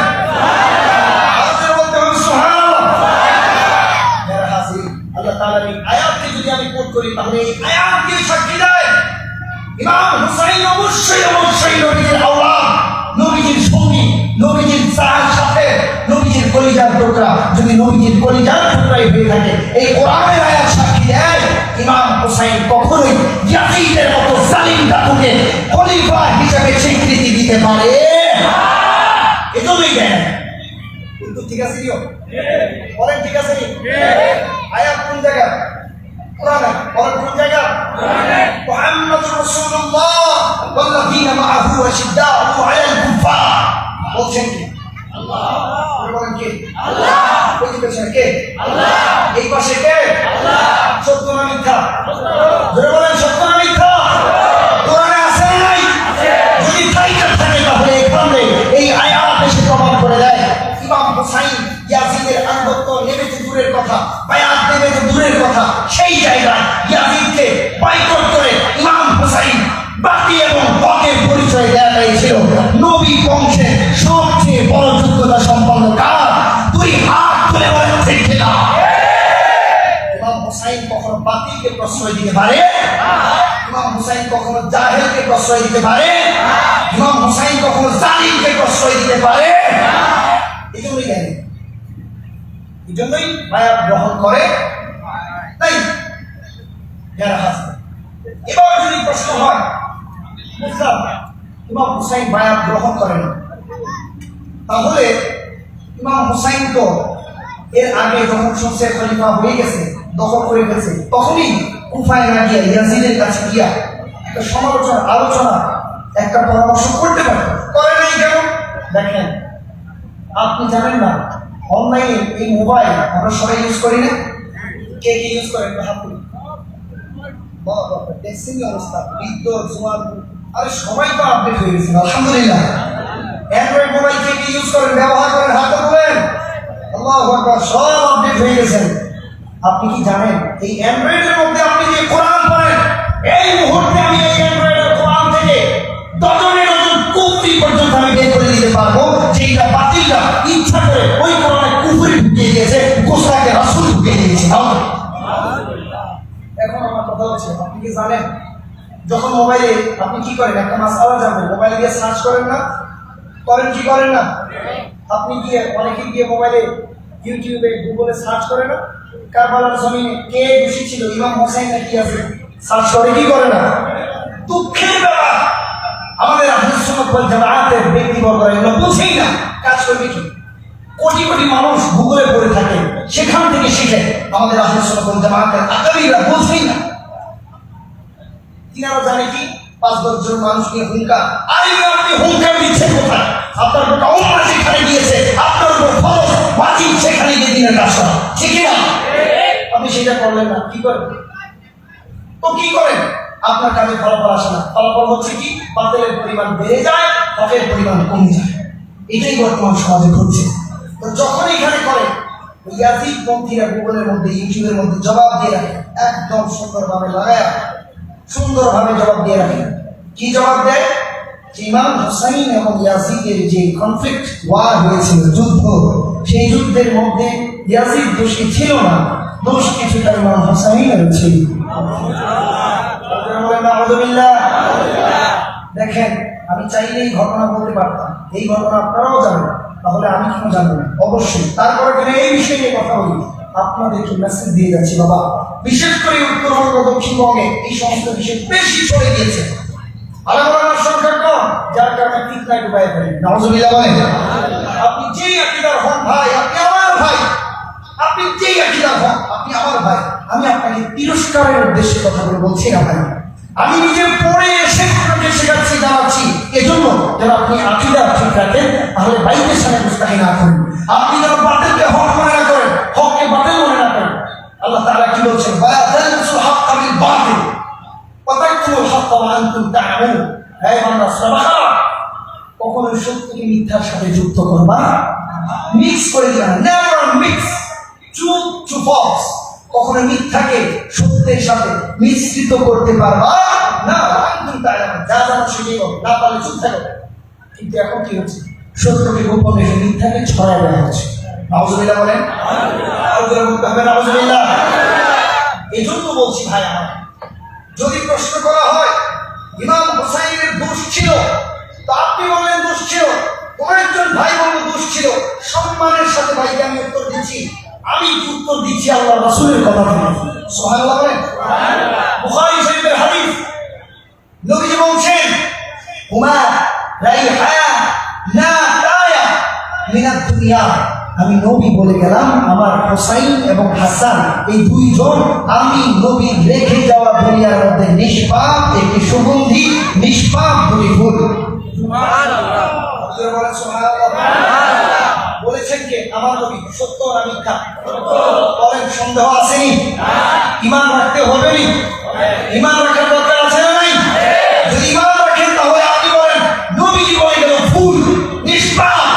আপনি উম্মত হয়ে যদি বলেন যে দোষ ছিল তাহলে আপনি নবীর পক্ষে না বিপক্ষে? যখন বিপক্ষে হয়ে যায় ইদায় আহলে সুন্নাহ উসুলুল ফিকহ সমস্ত ফুকাহায়ে কেরামগণ বলে যখন কোন উম্মাহ তার রাসূলের কথার বিরুদ্ধে বিপক্ষে দাঁড়িয়ে যায় ফাহুয়া কাফির, মুহূর্তের মধ্যে ওই উম্মত আর উম্মত থাকে না, কাফির হয়ে যায়। কথা বলেন ঠিক না? আমি কথা বলছি আমার বানানো না, রেফারেন্স দিয়ে বুখারী শরীফ থেকে বিশুদ্ধ হাদিস দিয়েছি। যদি আমার ভুল হয় কেউ আমাকে সংশোধন করে দিন, আমি সংশোধন হতে রাজি। যদি আমার ভুল না হয়, আপনি যদি ভুলে থাকেন তাহলে ভুল থেকে সংশোধন হয়ে দিন, এটা আপনার দায়িত্ব, ঠিক না? নবীজি বলছেন আমার রেখে দেওয়া নিষ্পাপ দুটি ফুল। উম্মত হিসাবে যদি কেউ বলে যে তাদের ভুল ছিল এবং হুসাইনের ভুল ছিল, কিছুটা অপরাধ ছিল, নাউযুবিল্লাহ বলেন না, তাহলে বোঝা গেল আল্লাহ রাসূল সাল্লাল্লাহু আলাইহি ওয়াসাল্লামের সাথে ওই উম্মতের কথার কোনো মিল নাই। নবীর কথার সাথে যদি উম্মতের কথার মিল না থাকে তাহলে ওই ব্যক্তির কথা ধরার বা গ্রহণ করার কোনো যৌক্তিকতা নাই। যার কারণে আল্লাহ রাসূল সাল্লাল্লাহু আলাইহি ওয়াসাল্লাম পৃথিবীর মধ্যে আসার পর হুসাইন রাদিয়াল্লাহু তাআলা আনহু গলার মধ্যে চুমু খেয়েছেন, কপালের মধ্যে চুমু খেয়েছেন, চোখের মধ্যে চুমু খেয়েছেন, সারাটা বদনের মধ্যে চুমু খেয়েছেন। ইয়া রাসূলুল্লাহ, আপনি কেন চুমু খান? কারণ আমার এই নাতিকে কুরবান করা হবে, আমার উম্মতের জন্য আমার নাতির উপর অপবাদ দেওয়া হবে, দোষারোপ করা হবে। আমি নবী এই চুমুগুলো দিয়ে ওই দোষের যন্ত্রণা থেকে আমার নাতিকে এখন থেকেই রেহাই প্রদান করি না। সুবহানাল্লাহ, সুবহানাল্লাহ। সবাই বলেন আল্লাহুম্মা সাল্লি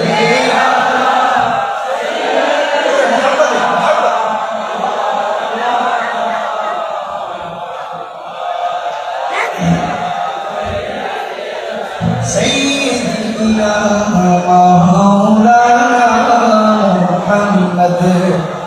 যারা হাজির, যেখানে বলছিলাম হুসাইন রাদিয়াল্লাহু তাআলা আনহুকে কেউ যদি বলে দোষী ছিল, দোষ ছিল, কি কি ক্ষতি হয় আমি জাস্ট আপনাকে এই জিনিসটা বুঝাই দিয়েছি। আল্লাহ তাআলা কি বলছেন আমাদের ভাই সম্পর্কে? আল্লাহ তাআলা বলছেন আমি আল্লাহ এই আহলি বাইতকে পবিত্রের মতো পবিত্র বানাতে চাই। কে বলছেন? ইন্নামা আমরুহু ইযা আরাদা শাইআন আন ইয়াকুলা লাহু কুন ফায়াকুন। আল্লাহ তাআলা যখন কিছু করতে চান আমার আপনার মতো সারা জীবন খাটতে হয় না। আল্লাহ বলেন কুন ফায়াকুন, কুন বলার সাথে সাথে সেইটা বাস্তবায়ন, বাস্তব রূপ নিয়ে নেয়। সুবহানাল্লাহ। আল্লাহ আহলে বাইতকে পবিত্র বানাতে চায়। আল্লাহর বান্দা হয়ে যদি কোনো ব্যক্তি বলে দোষ ছিল, অপবিত্র, দোষ মানে তো অপবিত্র, দোষ তো কখনো পবিত্রের ক্যাটাগরিতে পড়তে পারে না। তাহলে দোষ কোন ক্যাটাগরিতে? অপবিত্রের ক্যাটাগরিতে। যদি অপবিত্রের ক্যাটাগরিতে বাংলা ফেলে দেয়, আল্লাহ বলে পবিত্র বানাতে চাই, বাংলায় কয় দোষী বানাতে চাই, তাহলে মনে রাখবেন ফতোয়ার কিতাবের মধ্যে এইভাবে এসছে যে ওই ব্যক্তি মুহূর্তের মধ্যে আল্লাহর বিরুদ্ধে কথা মন্তব্যকে দাঁড় করানোর কারণে ইমাম থেকে খারিজ হয়ে বিমান হয়ে যায়, ঠিক না? হাজির, আরেকটা কথা বলেছেন, দেখেন ইমাম হুসাইন রাদিয়াল্লাহু তাআলা আনহুর পক্ষে ছিল কারা? আল্লাহর রাসূলের সাহাবী। কারা ছিল? সবাই বলতে হবে কারা ছিল? আলোচনা কারা ছিল? আলোচনা বলেন কারা ছিল? সাহাবীরা কারা? আমানান নাস কামা আমানান নাস, আমিনু বিল্লাহি কামা আমানান নাস। সূরা বাকারায় আল্লাহ বলেন ঈমান আনো, কার মতো? ওই যে আল্লাহর রাসূলের সাহাবী তাদের মতো ঈমান আনো। সর্বশ্রেষ্ঠ মুমিন, গ্রেটেস্ট ফেইথফুল, সবচেয়ে বিশুদ্ধ মুমিনের অধিকারী, ঈমানের অধিকারী ছিল আল্লাহর নবীর সাহাবা। সুবহানাল্লাহ বলেন। সেই সাহাবারা ছিল ইমাম হুসাইনের পক্ষে। তাহলে ইমাম হুসাইনের পক্ষে যদি সাহাবীরা থাকে, ইয়াজিদের পক্ষে কারা ছিল? প্রত্যেকটা মুনাফিক, প্রত্যেকটা জাহিদ, প্রত্যেকটা লুটারু, প্রত্যেকটা জালিম। নারায়ে রিসালাত, নারায়ে রিসালাত, ইয়া হুসাইন, ইয়া হুসাইন, পবিত্র শহীদে কারবালা, নারায়ে রিসালাত। যেখানে বলছিলাম ইয়াজিদের সাথে ছিল কারা? লুটারু, জালিম, দুষ্ট, নাপাক, নাচিজ, যতগুলো আছে মূর্খ, জাহেল, এগুলো। হুসাইনের পক্ষে ছিল কারা? সাহাবীরা। আর ছিল কারা? উম্মুল মুমিনিন যারা, তারা। এখন আপনি যদি বলেন হুসাইন দোষী ছিল, এই দোষীর ভাগ তো সাহাবীর উপরে পড়ে। পরে কি পড়ে না? বলেন পরে কি পড়ে না? এই মুহূর্তে আপনারা আমার সাথে এই প্যান্ডেলে আছেন, তাহলে এই মাহফিলের সাথে আপনারা জড়িত নাকি আলাদা? জড়িত। যারা নাই তারা জড়িত নাকি আলাদা? আলাদা। এখন যদি ওইখানে একটা গানের অনুষ্ঠান হয়, ওই গানের মধ্যে যারা আছে তারা ওই গানের সাথে জড়িত। যখন বলা হবে ওই অনুষ্ঠানের একটা ভুল ছিল, ওখানে যারা উপস্থিত আছে তাদেরকেও কিন্তু ভুলের সাথে যুক্ত করা হবে, ঠিক না? আর যখন বলা হবে এই মাহফিলের মধ্যে ভালো কিছু হয়েছে, তাহলে এই ভালোর সাথে মাহফিলে যারা উপস্থিত ছিল তারাও কিন্তু যুক্ত হবে, ঠিক না? ইমাম হুসাইনের উপর যখন অপবাদ দেওয়া হবে দোষের, অপবাদ দেওয়া হবে অপরাধের, অপবাদ দেওয়া হবে বেয়াদবির, গুস্তাখির, মনে রেখো ইমাম হুসাইনের সাথে সেটা হলো না, সেইটা সাহাবার উপরেও চলে যায়, উম্মুল মুমিনদের উপরেও চলে যায়। যখন এই গুস্তাখি করা হয়, ওই বান্দা, ওই ব্যক্তি আর মুমিন থাকে না, সাথে সাথে সে মুমিনের কোটা থেকে বের হয়ে মুনাফিকের কাতারে চলে যায়, ঠিক না? এরা হাজির বোঝার বিষয়। এত এত এত জটিল বিষয়গুলা, যেটা আপনি একেবারে ক্লিয়ারলি না বুঝলে কোনো বিষয়ে সমাধান চাইতে পারবেন না। আপনি যে কোনো একটা মতামতের সঠিক সমাধান চাইতে গেলে আপনাকে ক্লিয়ার বুঝতে হবে। তাহলে বান্দা হিসেবে যদি বলে কেউ ইমাম হুসাইন দোষী ছিল, অপরাধী ছিল, গুস্তাখি করেছিল, এই কথা কখনো গ্রহণ করা যাবে? এই কথা সত্য না মিথ্যা হবে? আবার বলে মিথ্যা। কি হবে? কেন? আল্লাহ বলছে পবিত্র, নবী বলছে পবিত্র ফুল, সাহাবাগণ সাপোর্ট দিল, উম্মুল মুমিনিন সাপোর্ট দিল, এরপরে ওই ব্যক্তি আর দোষী হতে পারে?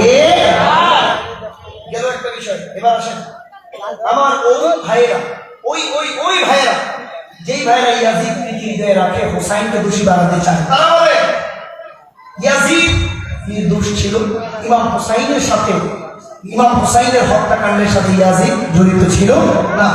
নাউজুবিল্লাহ বলেন। সবাই পড়তে হবে নাউজুবিল্লাহ। বাচ্চাদেরকে একটু কন্ট্রোল রাখেন, কথাগুলো বোঝার কথা। বড়রা যারা আছে মনোযোগ দিয়ে শুনুন। শিখুন। নারায়ে তাকবীর, নারায়ে রিসালাত, নারায়ে গাউসি, শাহিদ শাহে মদিনা, নারায়ে তাকবীর, নারায়ে তাকবীর, নারায়ে রিসালাত, নারায়ে রিসালাত, খানকায়ে বখশিয়া, দরবারে মুক্তারিয়া, হযরত সুফি সাহেব আহমদ মুক্তার বখশি, হযরত সুফি আলা জন্নাতুল কাইয়ুম মুক্তারি, ডক্টর সাহেব আহমদ ওয়াকার আহমেদ মুক্তারি, নারায়ে রিসালাত, নারায়ে রিসালাত, শাহদায়ে কারবালা, ইয়া হুসাইন।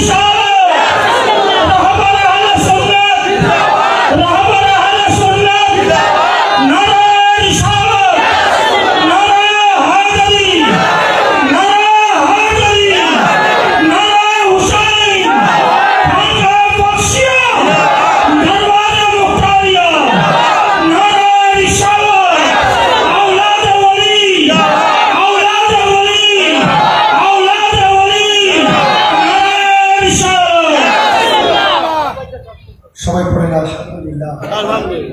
সাউন্ড অপারেটর সাহেব লিস্টটা বাড়িয়ে দিই, বলাতে থাকবেন। কিছু শুনে পড়েন আলহামদুলিল্লাহ।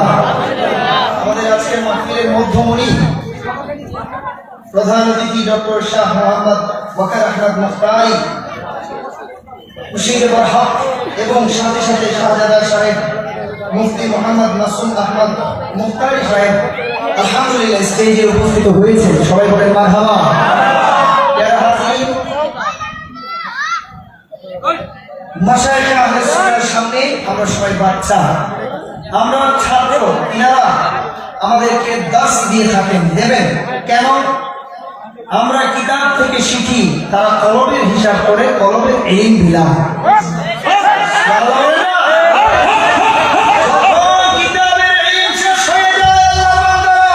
তখন থেকে কলমের ইলম শুরু হয়ে যায়।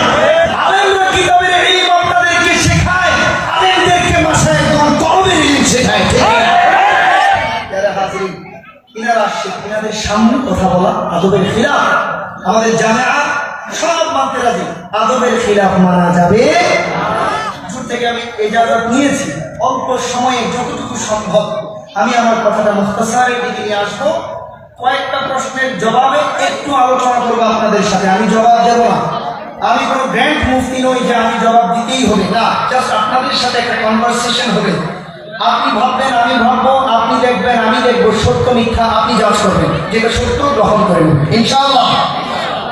যেখানে বলছিলাম ইয়াজিদ নির্দোষ ছিল, এলাকা, এই এলাকা এটা শিখতে হলে আপনি বুঝতে হবে ইমাম হুসাইনকে যখন শহীদ বানিয়ে দেয়, ইয়াজিদ প্ল্যান করে এই মুহূর্তে উম্মতে মুসলিমাকে যদি বশ করতে চায় আলেম লাগবে, কোরআন হাদিসের পণ্ডিত লাগবে। তখন ইয়াজিদ ভাগ করলো একদল আলেম, ওই আলেমগুলো ছিল ইয়াজিদ পন্থী আলেম, ইসলামের আলেম না, নবীর আলেম না, উম্মাদরদিও আলেম না, ইয়াজিদ দরদি আলেম, ঠিক না? ওই আলেমরা তখন প্ল্যান করলো আমরা যাই বলবো ইয়াজিদ প্রীতিটা রেখে তারপর কথাটা বলবো। এবং ওই আলেমদের প্রেতাত্মা যারা ধীরে ধীরে ধীরে ধীরে এই জমানায় এসেও রয়ে গিয়েছে, তারাই বলে ইয়াজিদ নির্দোষ ছিল, হুসাইন দোষী ছিল। পরে আলহামদুলিল্লাহ। এখন প্রশ্ন হয় এরকম যে ইয়াজিদ ইমাম হুসাইনের হত্যাকাণ্ডের মধ্যে জড়িত ছিল না, পরে আলহামদুলিল্লাহ। আপনার ঘরের মধ্যে আপনার হুকুমের বাহিরে কেউ কিছু করতে পারে? বলেন, করতে পারে? তাহলে আপনার ক্ষমতা যেই রাষ্ট্রের মধ্যে চলে সেইখানে আপনার অনুমতি ছাড়া নবীর আহলে বাইতকে কিভাবে শহীদ করে? ঠিক না? প্রশ্ন আসে না? নাই কি বলে? নিজের ইন্টেলেকচুয়াল মাইন্ডকে প্রশ্ন করেন, জিজ্ঞেস করেন, ভাবেন, বিবেক খাটান। ওই ইয়াজিদ ক্ষমতার লোভে তার দুষ্ট সৈন্যদেরকে লেগিয়ে দিয়ে শহীদ বানিয়েছিল। আজকের জমানায় ইয়াজিদরা ওই ইয়াজিদকে রক্ষা করার জন্য তাড়াতাড়ি করে যায়, ঠিক না? ঠান্ডা মাথায় ভাবেন, আমি শুধু আপনার মাথায় পয়েন্টটা একটা একটা টোকা দিয়ে যাচ্ছি, জবাব দেওয়ার যোগ্য কারণ নাই, টোকা দিয়ে যাচ্ছি। আপনি ভাবেন নোংরা পলিটিক্স এই যুগে চলে কি চলে না? তো ওই যুগে চলছে কি চলছে না?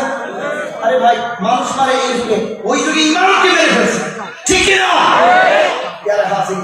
এরপরে আসেন ইয়াজিদের ব্যাপারে অনেক অনেক ফুকাহায়ে কেরামগণ অনেক রকম মতানৈক্য রেখেছে, কিন্তু ইয়াজিদ পন্থী আলেম ভাইয়েরা কেমন যেন ইয়াজিদকে পরহেজগার ধার্মিক তাবেঈ বানাতে চায়। নাউজুবিল্লাহ বলেন। আমি আপনাকে প্রমাণ দিয়ে যেতে পারবো ইনশাআল্লাহ। এক নম্বর, সাহাবারা সাক্ষী দিচ্ছে এই ইয়াজিদ দখলদার ছিল, লুটতরাজ ছিল। এই ইয়াজিদ খিলাফতকে গ্রহণ করে লুটপাট ডাকাতি করে ওই খিলাফতের মধ্যে খিলাফত ধ্বংস করে রাজতন্ত্র চালু করেছিল। এরপরে কি সাহাবাদের সাক্ষ্য মতে, যেটা আমি ওইটা বলি, সাহাবারা সাক্ষী দিচ্ছে এই ইয়াজিদের বাহিনী, ইয়াজিদের হুকুমে এক নম্বর ইমাম হুসাইন রাদিয়াল্লাহু তাআলা আনহুকে শহীদ করেছে। নাউজুবিল্লাহ বলেন। এবার যেই সমস্ত ভাইয়েরা ইয়াজিদ পন্থী, ওই ভাইদের কিতাবের একটা হাদিস তারা যেটাকে সহিহ মনে করে, ওই একটা হাদিস আমি কোট করছি, আপনারা বিবেচনা করবেন। নবীজি বলছেন সিবাবুল মুসলিম ফুসুকুন, মুসলমানকে গালি দিলে ওই ব্যক্তি ফাসিক হয়ে যায়, ফাসিকি হয়ে যায়। নাউজুবিল্লাহ বলেন। ওয়া কিতালুহু কুফরুন, যে ব্যক্তি মুসলমানকে হত্যা করে ওই ব্যক্তি কুফরি করে ফেলে। নাউজুবিল্লাহ বলেন। অন্যায়ভাবে হত্যা করলে গালি দিলেই সেই ব্যক্তি ফাসিক এবং কুফরি হয়ে যায়। বলেন নাউজুবিল্লাহ। এইবার এই হাদিসটা যদি সহি হয়ে থাকে, আপনি আমারে বলেন ইমাম হুসাইন কি মুসলিম ছিল? বলেন না, কেউ মুসলিম ছিল কি ছিল না? শুধু কি মুসলিম ছিল না, মুসলমানের ইমানও ছিল? বুঝে শুনে উত্তর দেন। নবীজি হাদিস আপনার আমার সাথে বলে নাই, নবীজি হাদিস বলেছে সাহাবীদের সাথে। ওই সাহাবীরা আহলে বাইতকে নিজের ইমানের টুকরা মনে করেছে, ঠিক না? ইমাম হুসাইন রাদিয়াল্লাহু তাআলা আনহু ছিলেন ইয়াজিদ ইমামকে কতল করে ফেলেছে। নাউজুবিল্লাহ বলেন। নাউজুবিল্লাহ। জোরে জোরে বলতে হবে নাউজুবিল্লাহ। নাউজুবিল্লাহ। সাহাবারা সাক্ষ্য দিচ্ছে মদিনা শরীফ যেই নগরী সম্পর্কে নবীজি বলেছেন, আমার মদিনায় যদি কেউ গোস্তাখি করে, অত্যাচার করে, আমার মদিনাবাসীকে যদি কেউ ভীতিগ্রস্ত করে, তাকে কিয়ামতের দিন আমি নবী নিজে ভীতিগ্রস্ত করি। নাউজুবিল্লাহ। সাহাবায়ে কেরামগণ সাক্ষ্য দিচ্ছেন ওই ইয়াজিদ মদিনাবাসীর মধ্যে এমন তাণ্ডব চালিয়েছিল, এমন তাণ্ডব চালিয়েছিল, মদিনাবাসী 10,000 মুসলমান নরনারী শিশুকে, বৃদ্ধাকে সে কতল করে শহীদ করে দিয়েছিল। এগুলো কুফরি হয়েছে কি হয়েছে না? বলেন হয়েছে কি হয়েছে না? এবার ফতোয়া নিয়ে যান। আমি কিন্তু ফতোয়া দিচ্ছি না, যারা ফতোয়া দিয়েছে তাদেরটা আলোচনা করছি আপনার সাথে। ইসলামের ফতোয়া, শরিয়াতের ফতোয়া, ফতোয়ায়ে হিন্দ বলেন, ফতোয়ায়ে আহলে সুন্নাহ বলেন, ফতোয়ায়ে জমহুরিয়্যা বলেন, সবার ফতোয়া হলো এই, কোন ব্যক্তি যদি কুফরিকে হালাল মনে করে ফেলে, কুফরি করুক না করুক, ওই ব্যক্তি মুহূর্তের মধ্যে কাফির হয়ে যায়। নাউজুবিল্লাহ বলেন না কেন? আর জোরে বলেন নাউজুবিল্লাহ। ইয়াজিদ এতগুলো মানুষ মারলো, হালাল মনে করে না হারাম মনে করে? বলেন হালাল মনে করে না হারাম? তার কাছে যদি মনে হইতো হারাম, তাহলে একটা মানুষকেও সে মারতে পারতো। তার কাছে মনে হয়েছে হালাল, এই জন্যই মেরেছে। মুসলমানকে কতল করা কুফরি, সেই জায়গায় সে কুফরিকে হালাল মনে করেছে। এই ব্যক্তি আর মুমিন আসেনি? বলেন ইমান আসেনি? সে কাজে বলে সে মুমিন না বেঈমান? এরপরে আসেন ইয়াজিদ নিজেও ছিল মদ্যপ, মদকে তার সমাজে, তার প্রাসাদে, তার জায়গায় এমন ভাবে ছড়িয়ে দিয়েছিল যেন এটা সবচেয়ে উৎকৃষ্ট পানীয়। নাউজুবিল্লাহ বলেন না কেন? অথচ আল্লাহ বলছে মদ হারাম, নবী বলছে মদ হারাম, কোরআন বলে মদ হারাম, হাদিস বলে মদ হারাম, ইসলামের কালচার বলে মদ হারাম, হিস্ট্রি বলে মদ হারাম, উলামায়ে আহলে সুন্নাহ বলে মদ হারাম। সে বানাইছে হালাল। কথা বলেন পক্ষে না বিপক্ষে? আল্লাহ রাসূলের বিপক্ষে গেলে ফাহুয়া কাফির, ওই ব্যক্তি মুমিন থাকে না, মুহূর্তের মধ্যে ওই ব্যক্তি একজন কাফির হয়ে যায়। কথা বলেন ঠিক না? ভুল জায়গায় ঠিক বললে আপনি ফেসে যাবেন। আমি জিম্মাদারিতে নিয়ে বলছি, কেন ইমাম হুসাইনের সাথে এমন হওয়ার পর, ইসলামের সাথে এমন হওয়ার পর, খিলাফতের সাথে এমন হওয়ার পর ওই ব্যক্তিকে কিছু কিছু আলেম মুমিন পরহেজগার দাবি বানাতে চায়? নাউজুবিল্লাহ। আমার বুঝে আসে না, আমার বুঝে আসে না। পাক্কা 1 বছর আমি এই কারবালার ব্যাপারে শুধু রিসার্চ করেছি, আলোচনা করি নাই, শুধু রিসার্চ করেছিলাম। বিষয়টা কি এত এত এত কনফিউশন, ব্যাপারটা কি? বিষয়টা খুঁজে দেখলাম দুনিয়ার সবচেয়ে নোংরা পলিটিক্স করা হয়েছিল সেই কারবালার মধ্যে। নাউজুবিল্লাহ বলেন। জোরে বলেন নাউজুবিল্লাহ। অতিরিক্ত কোনো কথা আপনিও বলিয়েন না, আমিও বলবো না। যেইগুলো বলি জাস্ট আপনি আপনার মাথায় রাখবেন আর আলোকপাত বিবেচনা করবেন। আপনি বিবেচনা করেন, রাইট যে সলিউশন ওইটা আপনি পাইলে গ্রহণ করেন, দেখবেন তাহলে বাইত ছাড়া কোনো উপায়। আহিব্বু আহলা বাইতি, আহিব্বু আহলা বাইতি লিহুব্বি। বলেছিলাম না তিরমিজি শরীফের কত নম্বর হাদিস মনে আছে? 3775 নম্বর হাদিস, ঠিক না? আমার আহলে বাইতকে ভালোবাসো, আমি নবীর ভালোবাসা পাওয়ার জন্য। তাহলে আহলে বাইতকে যেই বেটা গর্দান শহীদ করে দিল, গর্দান আলাদা করে দিল, এত গুস্তাখি করা হলো, এত গুস্তাখি করলো, সেই বেটাকে ভালোবাসলো না ঘৃণা করলো? বলেন না কেন? ঘৃণা না ভালোবাসা? এবার ঘৃণা সম্পর্কে দেখেন, আনা হারবুন লিমান হারাবাহুম, আনা সিলমুন লিমান জালামাহুম। নবীজি বলছেন যে আমার আহলে বাইতের সাথে শত্রুতানি করবা, এই হাদিস দিয়ে বলে গেলাম আমি নবী তোমার বিরুদ্ধে শত্রু হিসেবে দাঁড়িয়ে যাব। যে আমার আহলে বাইত কলিজার টুকরা হাসান হুসাইন আলী ফাতেমার বিরুদ্ধে দাঁড়াবা, যুদ্ধ করতে চাইবা, আমি নবী হাদিস দিয়ে বলে গেলাম কিয়ামতের মাঠে তোমার বিরুদ্ধে আমি নবী যুদ্ধ ঘোষণা করব। জোরে বলতে হবে ঠিক কিনা? হাজির ঠান্ডা মাথায় আপনি ভাবেন, আমি জাস্ট আপনার ব্রেইনের মধ্যে রেখে যাচ্ছে কথাগুলো, ভাববেন শেখার উদ্দেশ্যে। এবার যদি বলে ইয়াজিদ পরহেজগার ছিল, তাইলে ভাই মদিনার নারীদেরকে বেলাদের আমিন পবিত্র নগরী, বিশ্বস্ত নগরী, শান্তির নগরী ঘোষণা করেছিল নবীজি। সেই নগরীতে এই ইয়াজিদ ঘোষণা করে দিয়েছিল যে এই মদিনার নারীরা 3 দিন মতান্তরে, 10 দিন মতান্তরে, 11 দিন প্রত্যেকটা ইয়াজিদ বাহিনীর জন্য ধর্ষণ করা হালাল হয়ে গেছে। নির্মমভাবে ধর্ষণ করেছিল। ধর্ষণ করার ফলে চালক সন্তান জন্ম নিয়েছিল। কে জানেছে, কে বলেছে? স্বয়ং আল্লাহ রাসূলের সাহাবীরা সাক্ষী দিয়েছিলেন। এরপরও কোন ব্যক্তি আর মুমিন থাকেনি। বুঝে শুনে আপনার বিবেকে দিলাম, আপনি নিজে জবাব দেন। এরপরে আর কোন ব্যক্তি মুমিন থাকে? এই ইয়াজিদ সরাসরি হুকুম দিয়েছিল, সরাসরি একদম ফেস টু ফেস হুকুম, এই তার কতল করো। কারে? অসংখ্য অবৈধ সাহাবীদেরকে। আল্লাহ নবী সাহাবীকে বুঝু, আল্লাহ নবী ওই সাহাবীদেরকে কতল করার জন্য, শহীদ করে দেওয়ার জন্য ইয়াজিদ সরাসরি হুকুম দিয়েছিলেন। নাউজুবিল্লাহ বলেন। একটা কুফরি করলে কুফরিকে হালাল মনে করলে কাফির। তাহলে এতগুলো কুফরির পরে ওই ব্যক্তি আর কিভাবে মুমিন থাকে? এই ব্যক্তি মুমিন আছে? বুঝে শুনে জবাব দেন, আসেনি? মুমিন কখন বলা যাবে?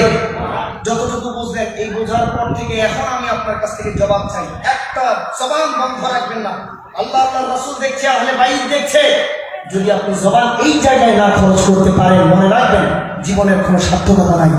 আপনি নিজে জবাব দিন, ইয়াজিদকে আর কখনো মুমিন বলা যাবে? ইয়াজিদকে কখনোই পরহেজগার বলা যাবে?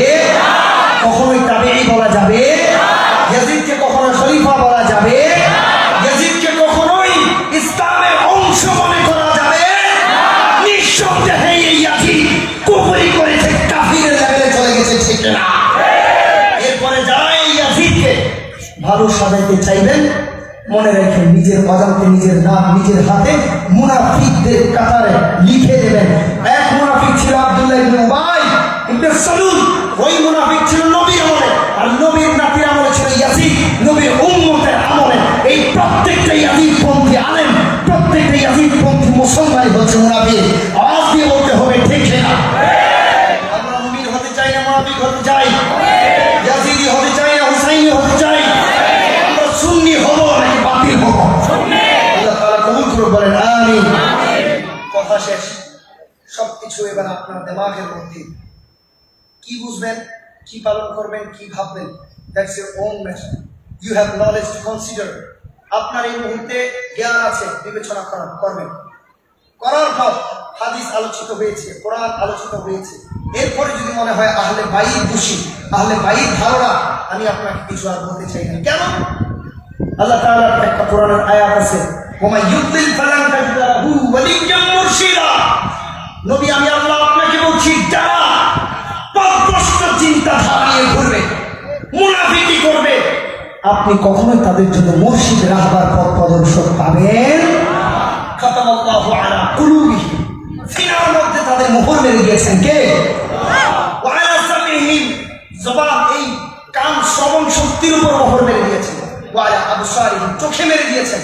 এই সিনার মধ্যে হেদায়েত ঢুকবে না, কানে দিয়ে সত্য কথা প্রবেশ করবে না, চোখে দিয়ে সত্য জিনিস দেখবে না, এই অন্তরের মধ্যে হেদায়েতের জায়গা হবে না। কেন?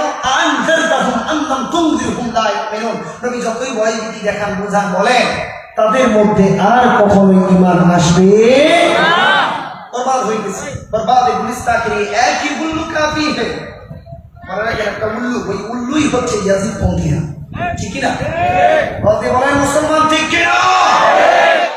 ইয়ার হাসিন অনুরোধ থাকবে, ভাববেন। একটা আয়াত বলে আমার আলোচনা শেষ করব। আল্লাহ তাআলা কি বলছেন জানেন? ইন্নাল্লাযীনা ইউযুনাল্লাহ ওয়া রাসূলাহু লা'আনাহুমুল্লাহু ফিদ দুনিয়া ওয়াল আখিরাহ ওয়া আ'আদ্দা লাহুম আযাবান মুহিনা। বান্দা, পৃথিবীর ইতিহাসে, জীবনের ইতিহাসে, জীবদ্দশা যারা আমার রাসূলকে কষ্ট দিবা, আমি আল্লাহকে কষ্ট দিবা, মনে রাখো আমি আল্লাহর পক্ষ থেকে তোমাদের উপর লানত ফেলাই দিলাম। নাউজুবিল্লাহ বলবেন, আর জোরে বলেন নাউজুবিল্লাহ। আমরা নিয়ামত চাই নাকি লানত চাই?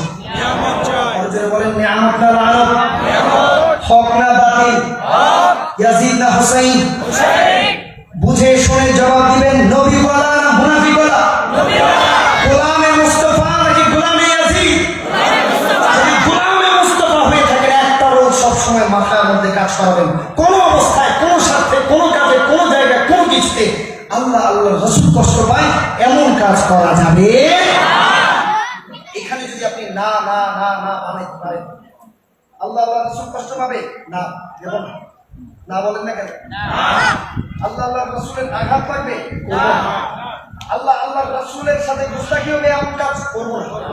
আল্লাহ আল্লাহর রাসূল এই কাজে রাজি না এমন কাজ করব না। শুধুমাত্র যেই কাজে আল্লাহ আল্লাহর রাসূল খুশি সেই কাজ করব।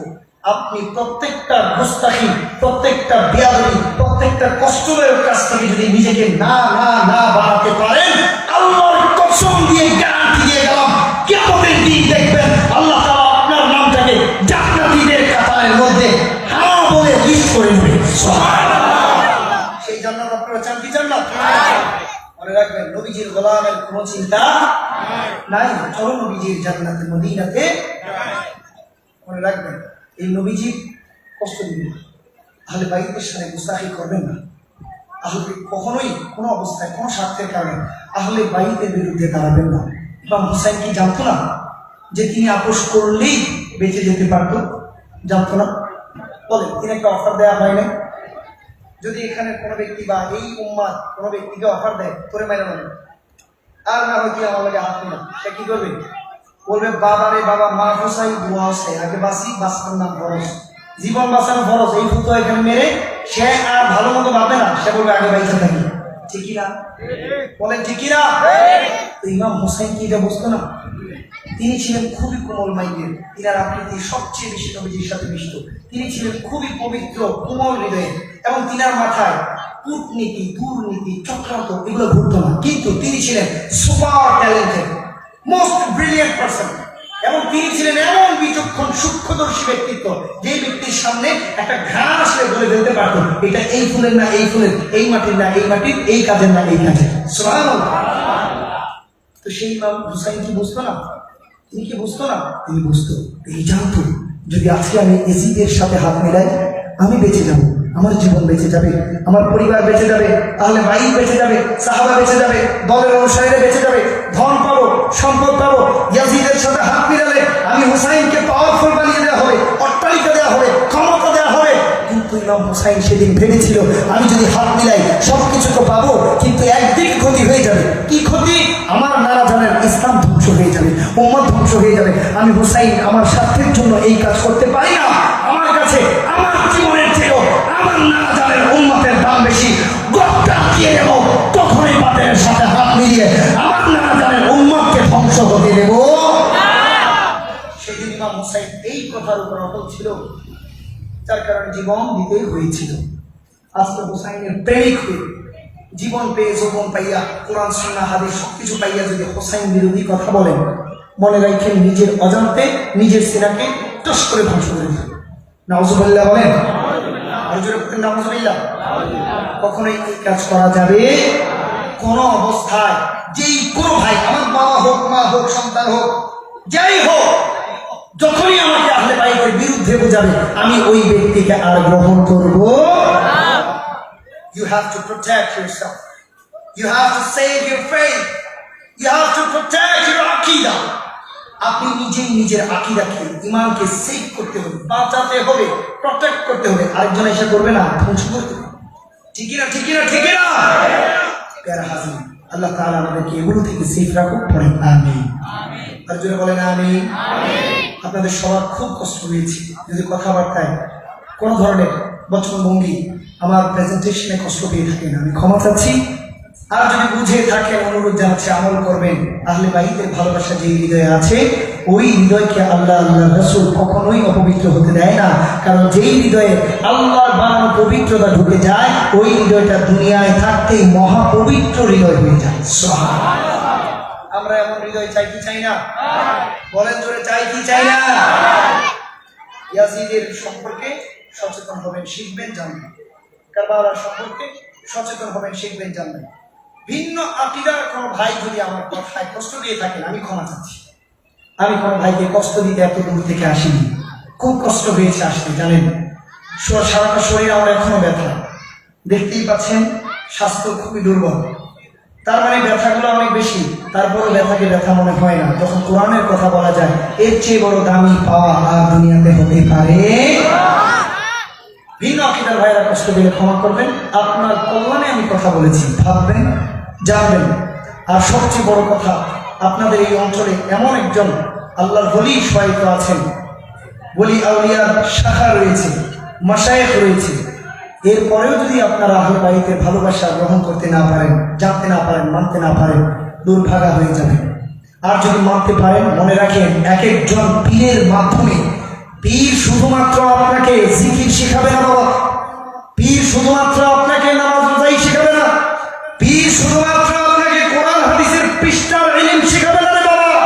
ইতিহাস ঘেঁটে দেখেন, পীরের দামান ধরার সাথে সাথে আল্লাহর পাপিষ্ঠ বান্দারাও বলিতে পূর্ণ হয়ে আল্লাহর বান্দা থেকে প্রমোশন পেয়ে বন্ধু হয়ে গেছে। সুর গেলে কুতুব হয়ে বাইরে আছে না নাই?